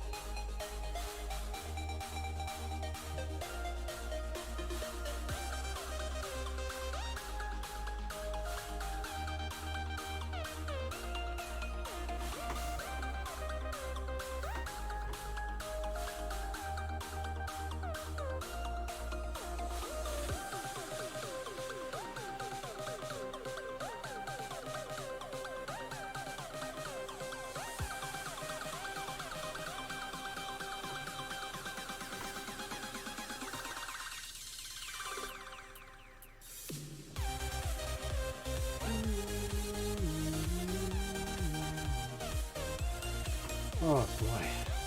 Okay. Keep going, keep going.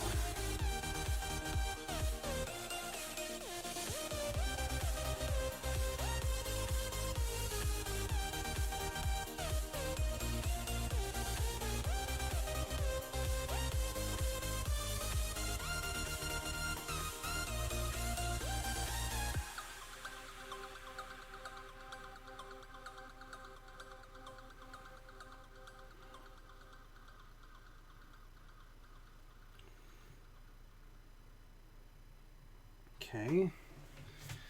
Here he is so far. Right. We've seen that before. Tops of these boots.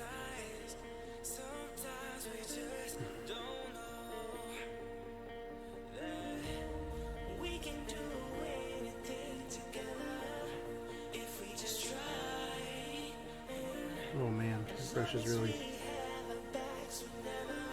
a little too hard on that stroke. We caught some leg.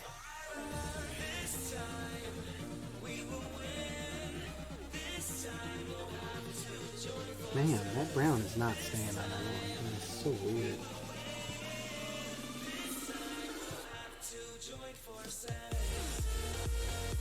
Alright, the next color is...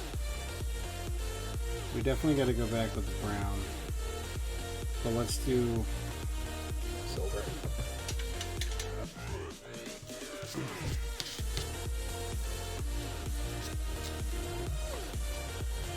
Let's get our tin star, big old shiny. And let's just kind of place it on the blade.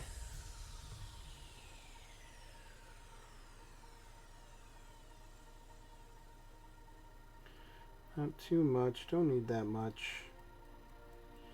Just enough to faintly cover it, yeah. Okay. Grab our Underdark Gray.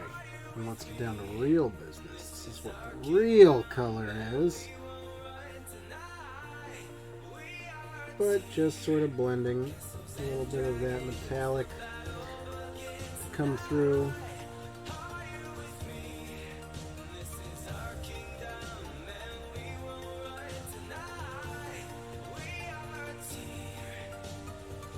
And now this buckler.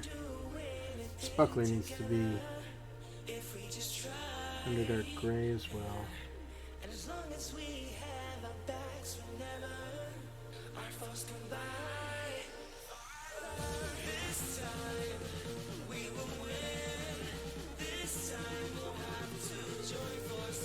Get a little more of that tin star. Let's shiny up this shield.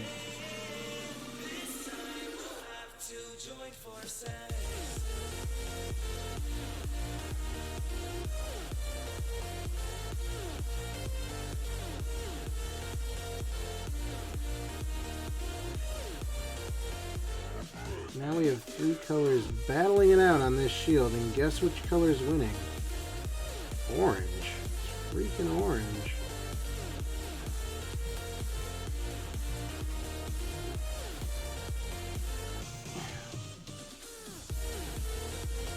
Like, this is, yeah, second coats, man.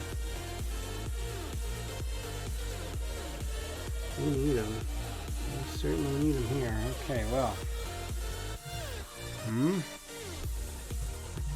Oh yeah, what color is the, you know what?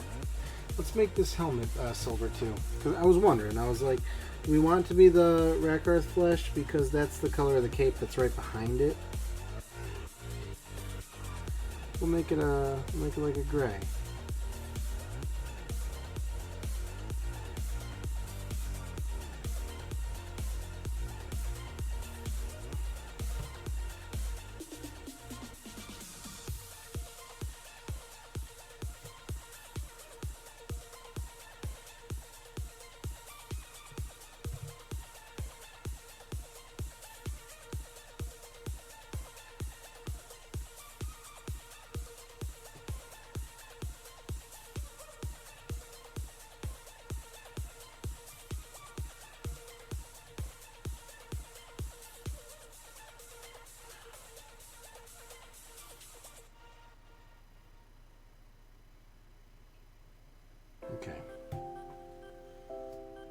Ah, yes, the sword on the waist.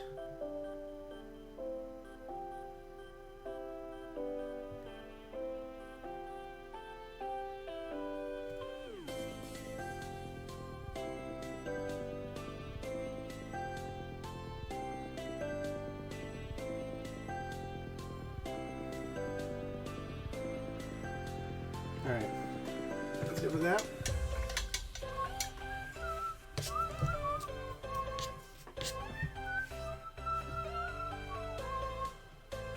Brown. Yeah, we need to go back over.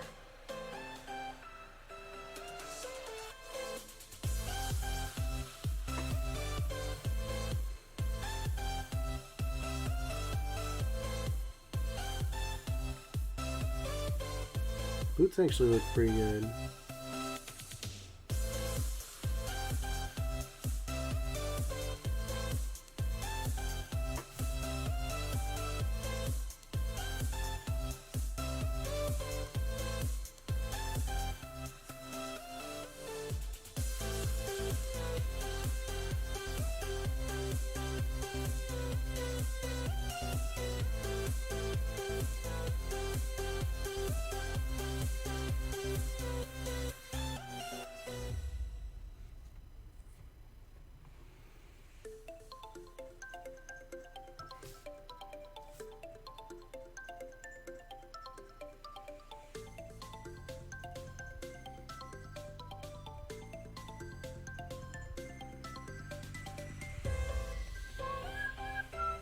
Okay.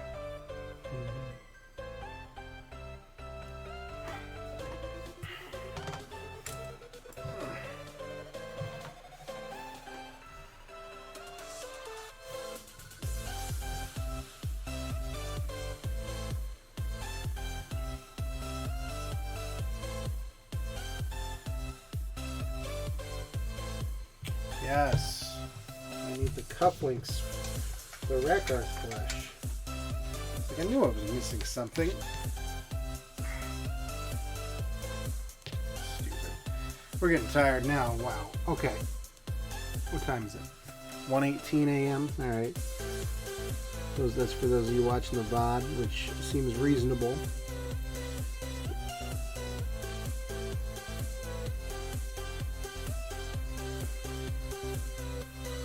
There we go. And with the Art of the Shield cufflink.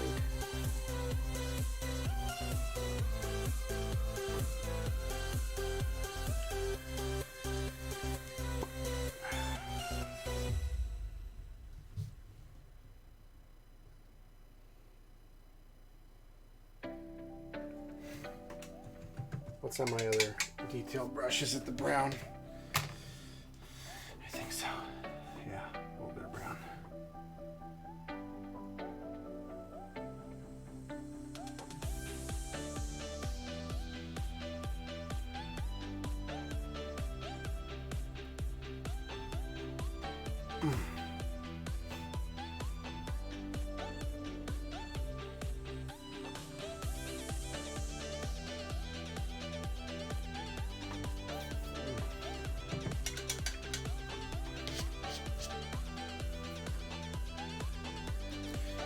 More of that Dorgar metal.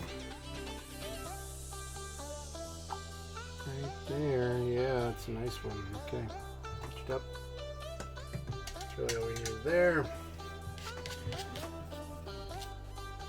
And now, let's see, I think I need to swipe back into this, the orange, because I think that I caught, yeah. Oh, that's a little tacky. There we go.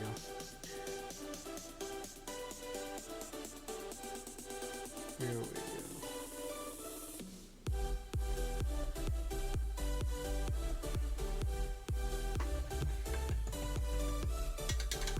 Okay.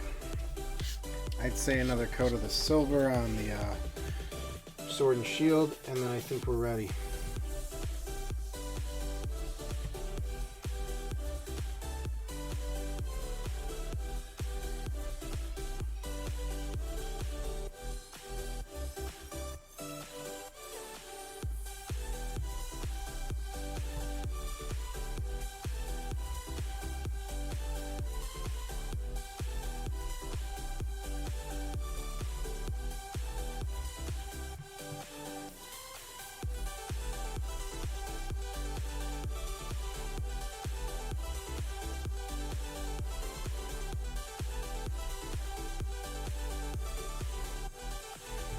Okay. Before wash. Looks good. Maybe I'll go back and kind of embellish some parts if he's supposed to be kind of the boss, you know. Maybe the shield I can break up into 2 colors. Obviously I wanted to go back and dry brush some of the chainmail. But maybe we'll do that later. You know? I think we're in a good spot with him. Didn't miss any crucial parts, did I? No. No horns. That sucks. Why does this guy have no horns? I think that guy's our best so far. Alright. Hairbrush. Or hair dryer.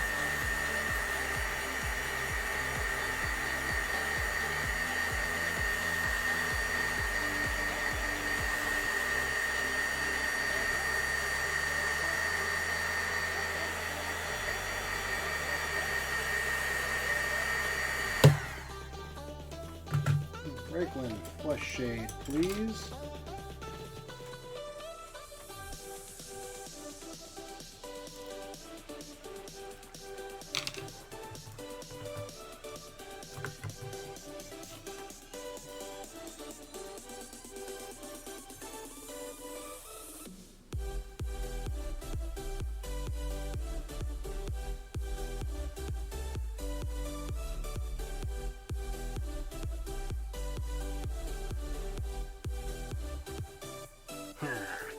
Ooh, if I leave that that wash right where it is on his face, he's gonna have this scowl.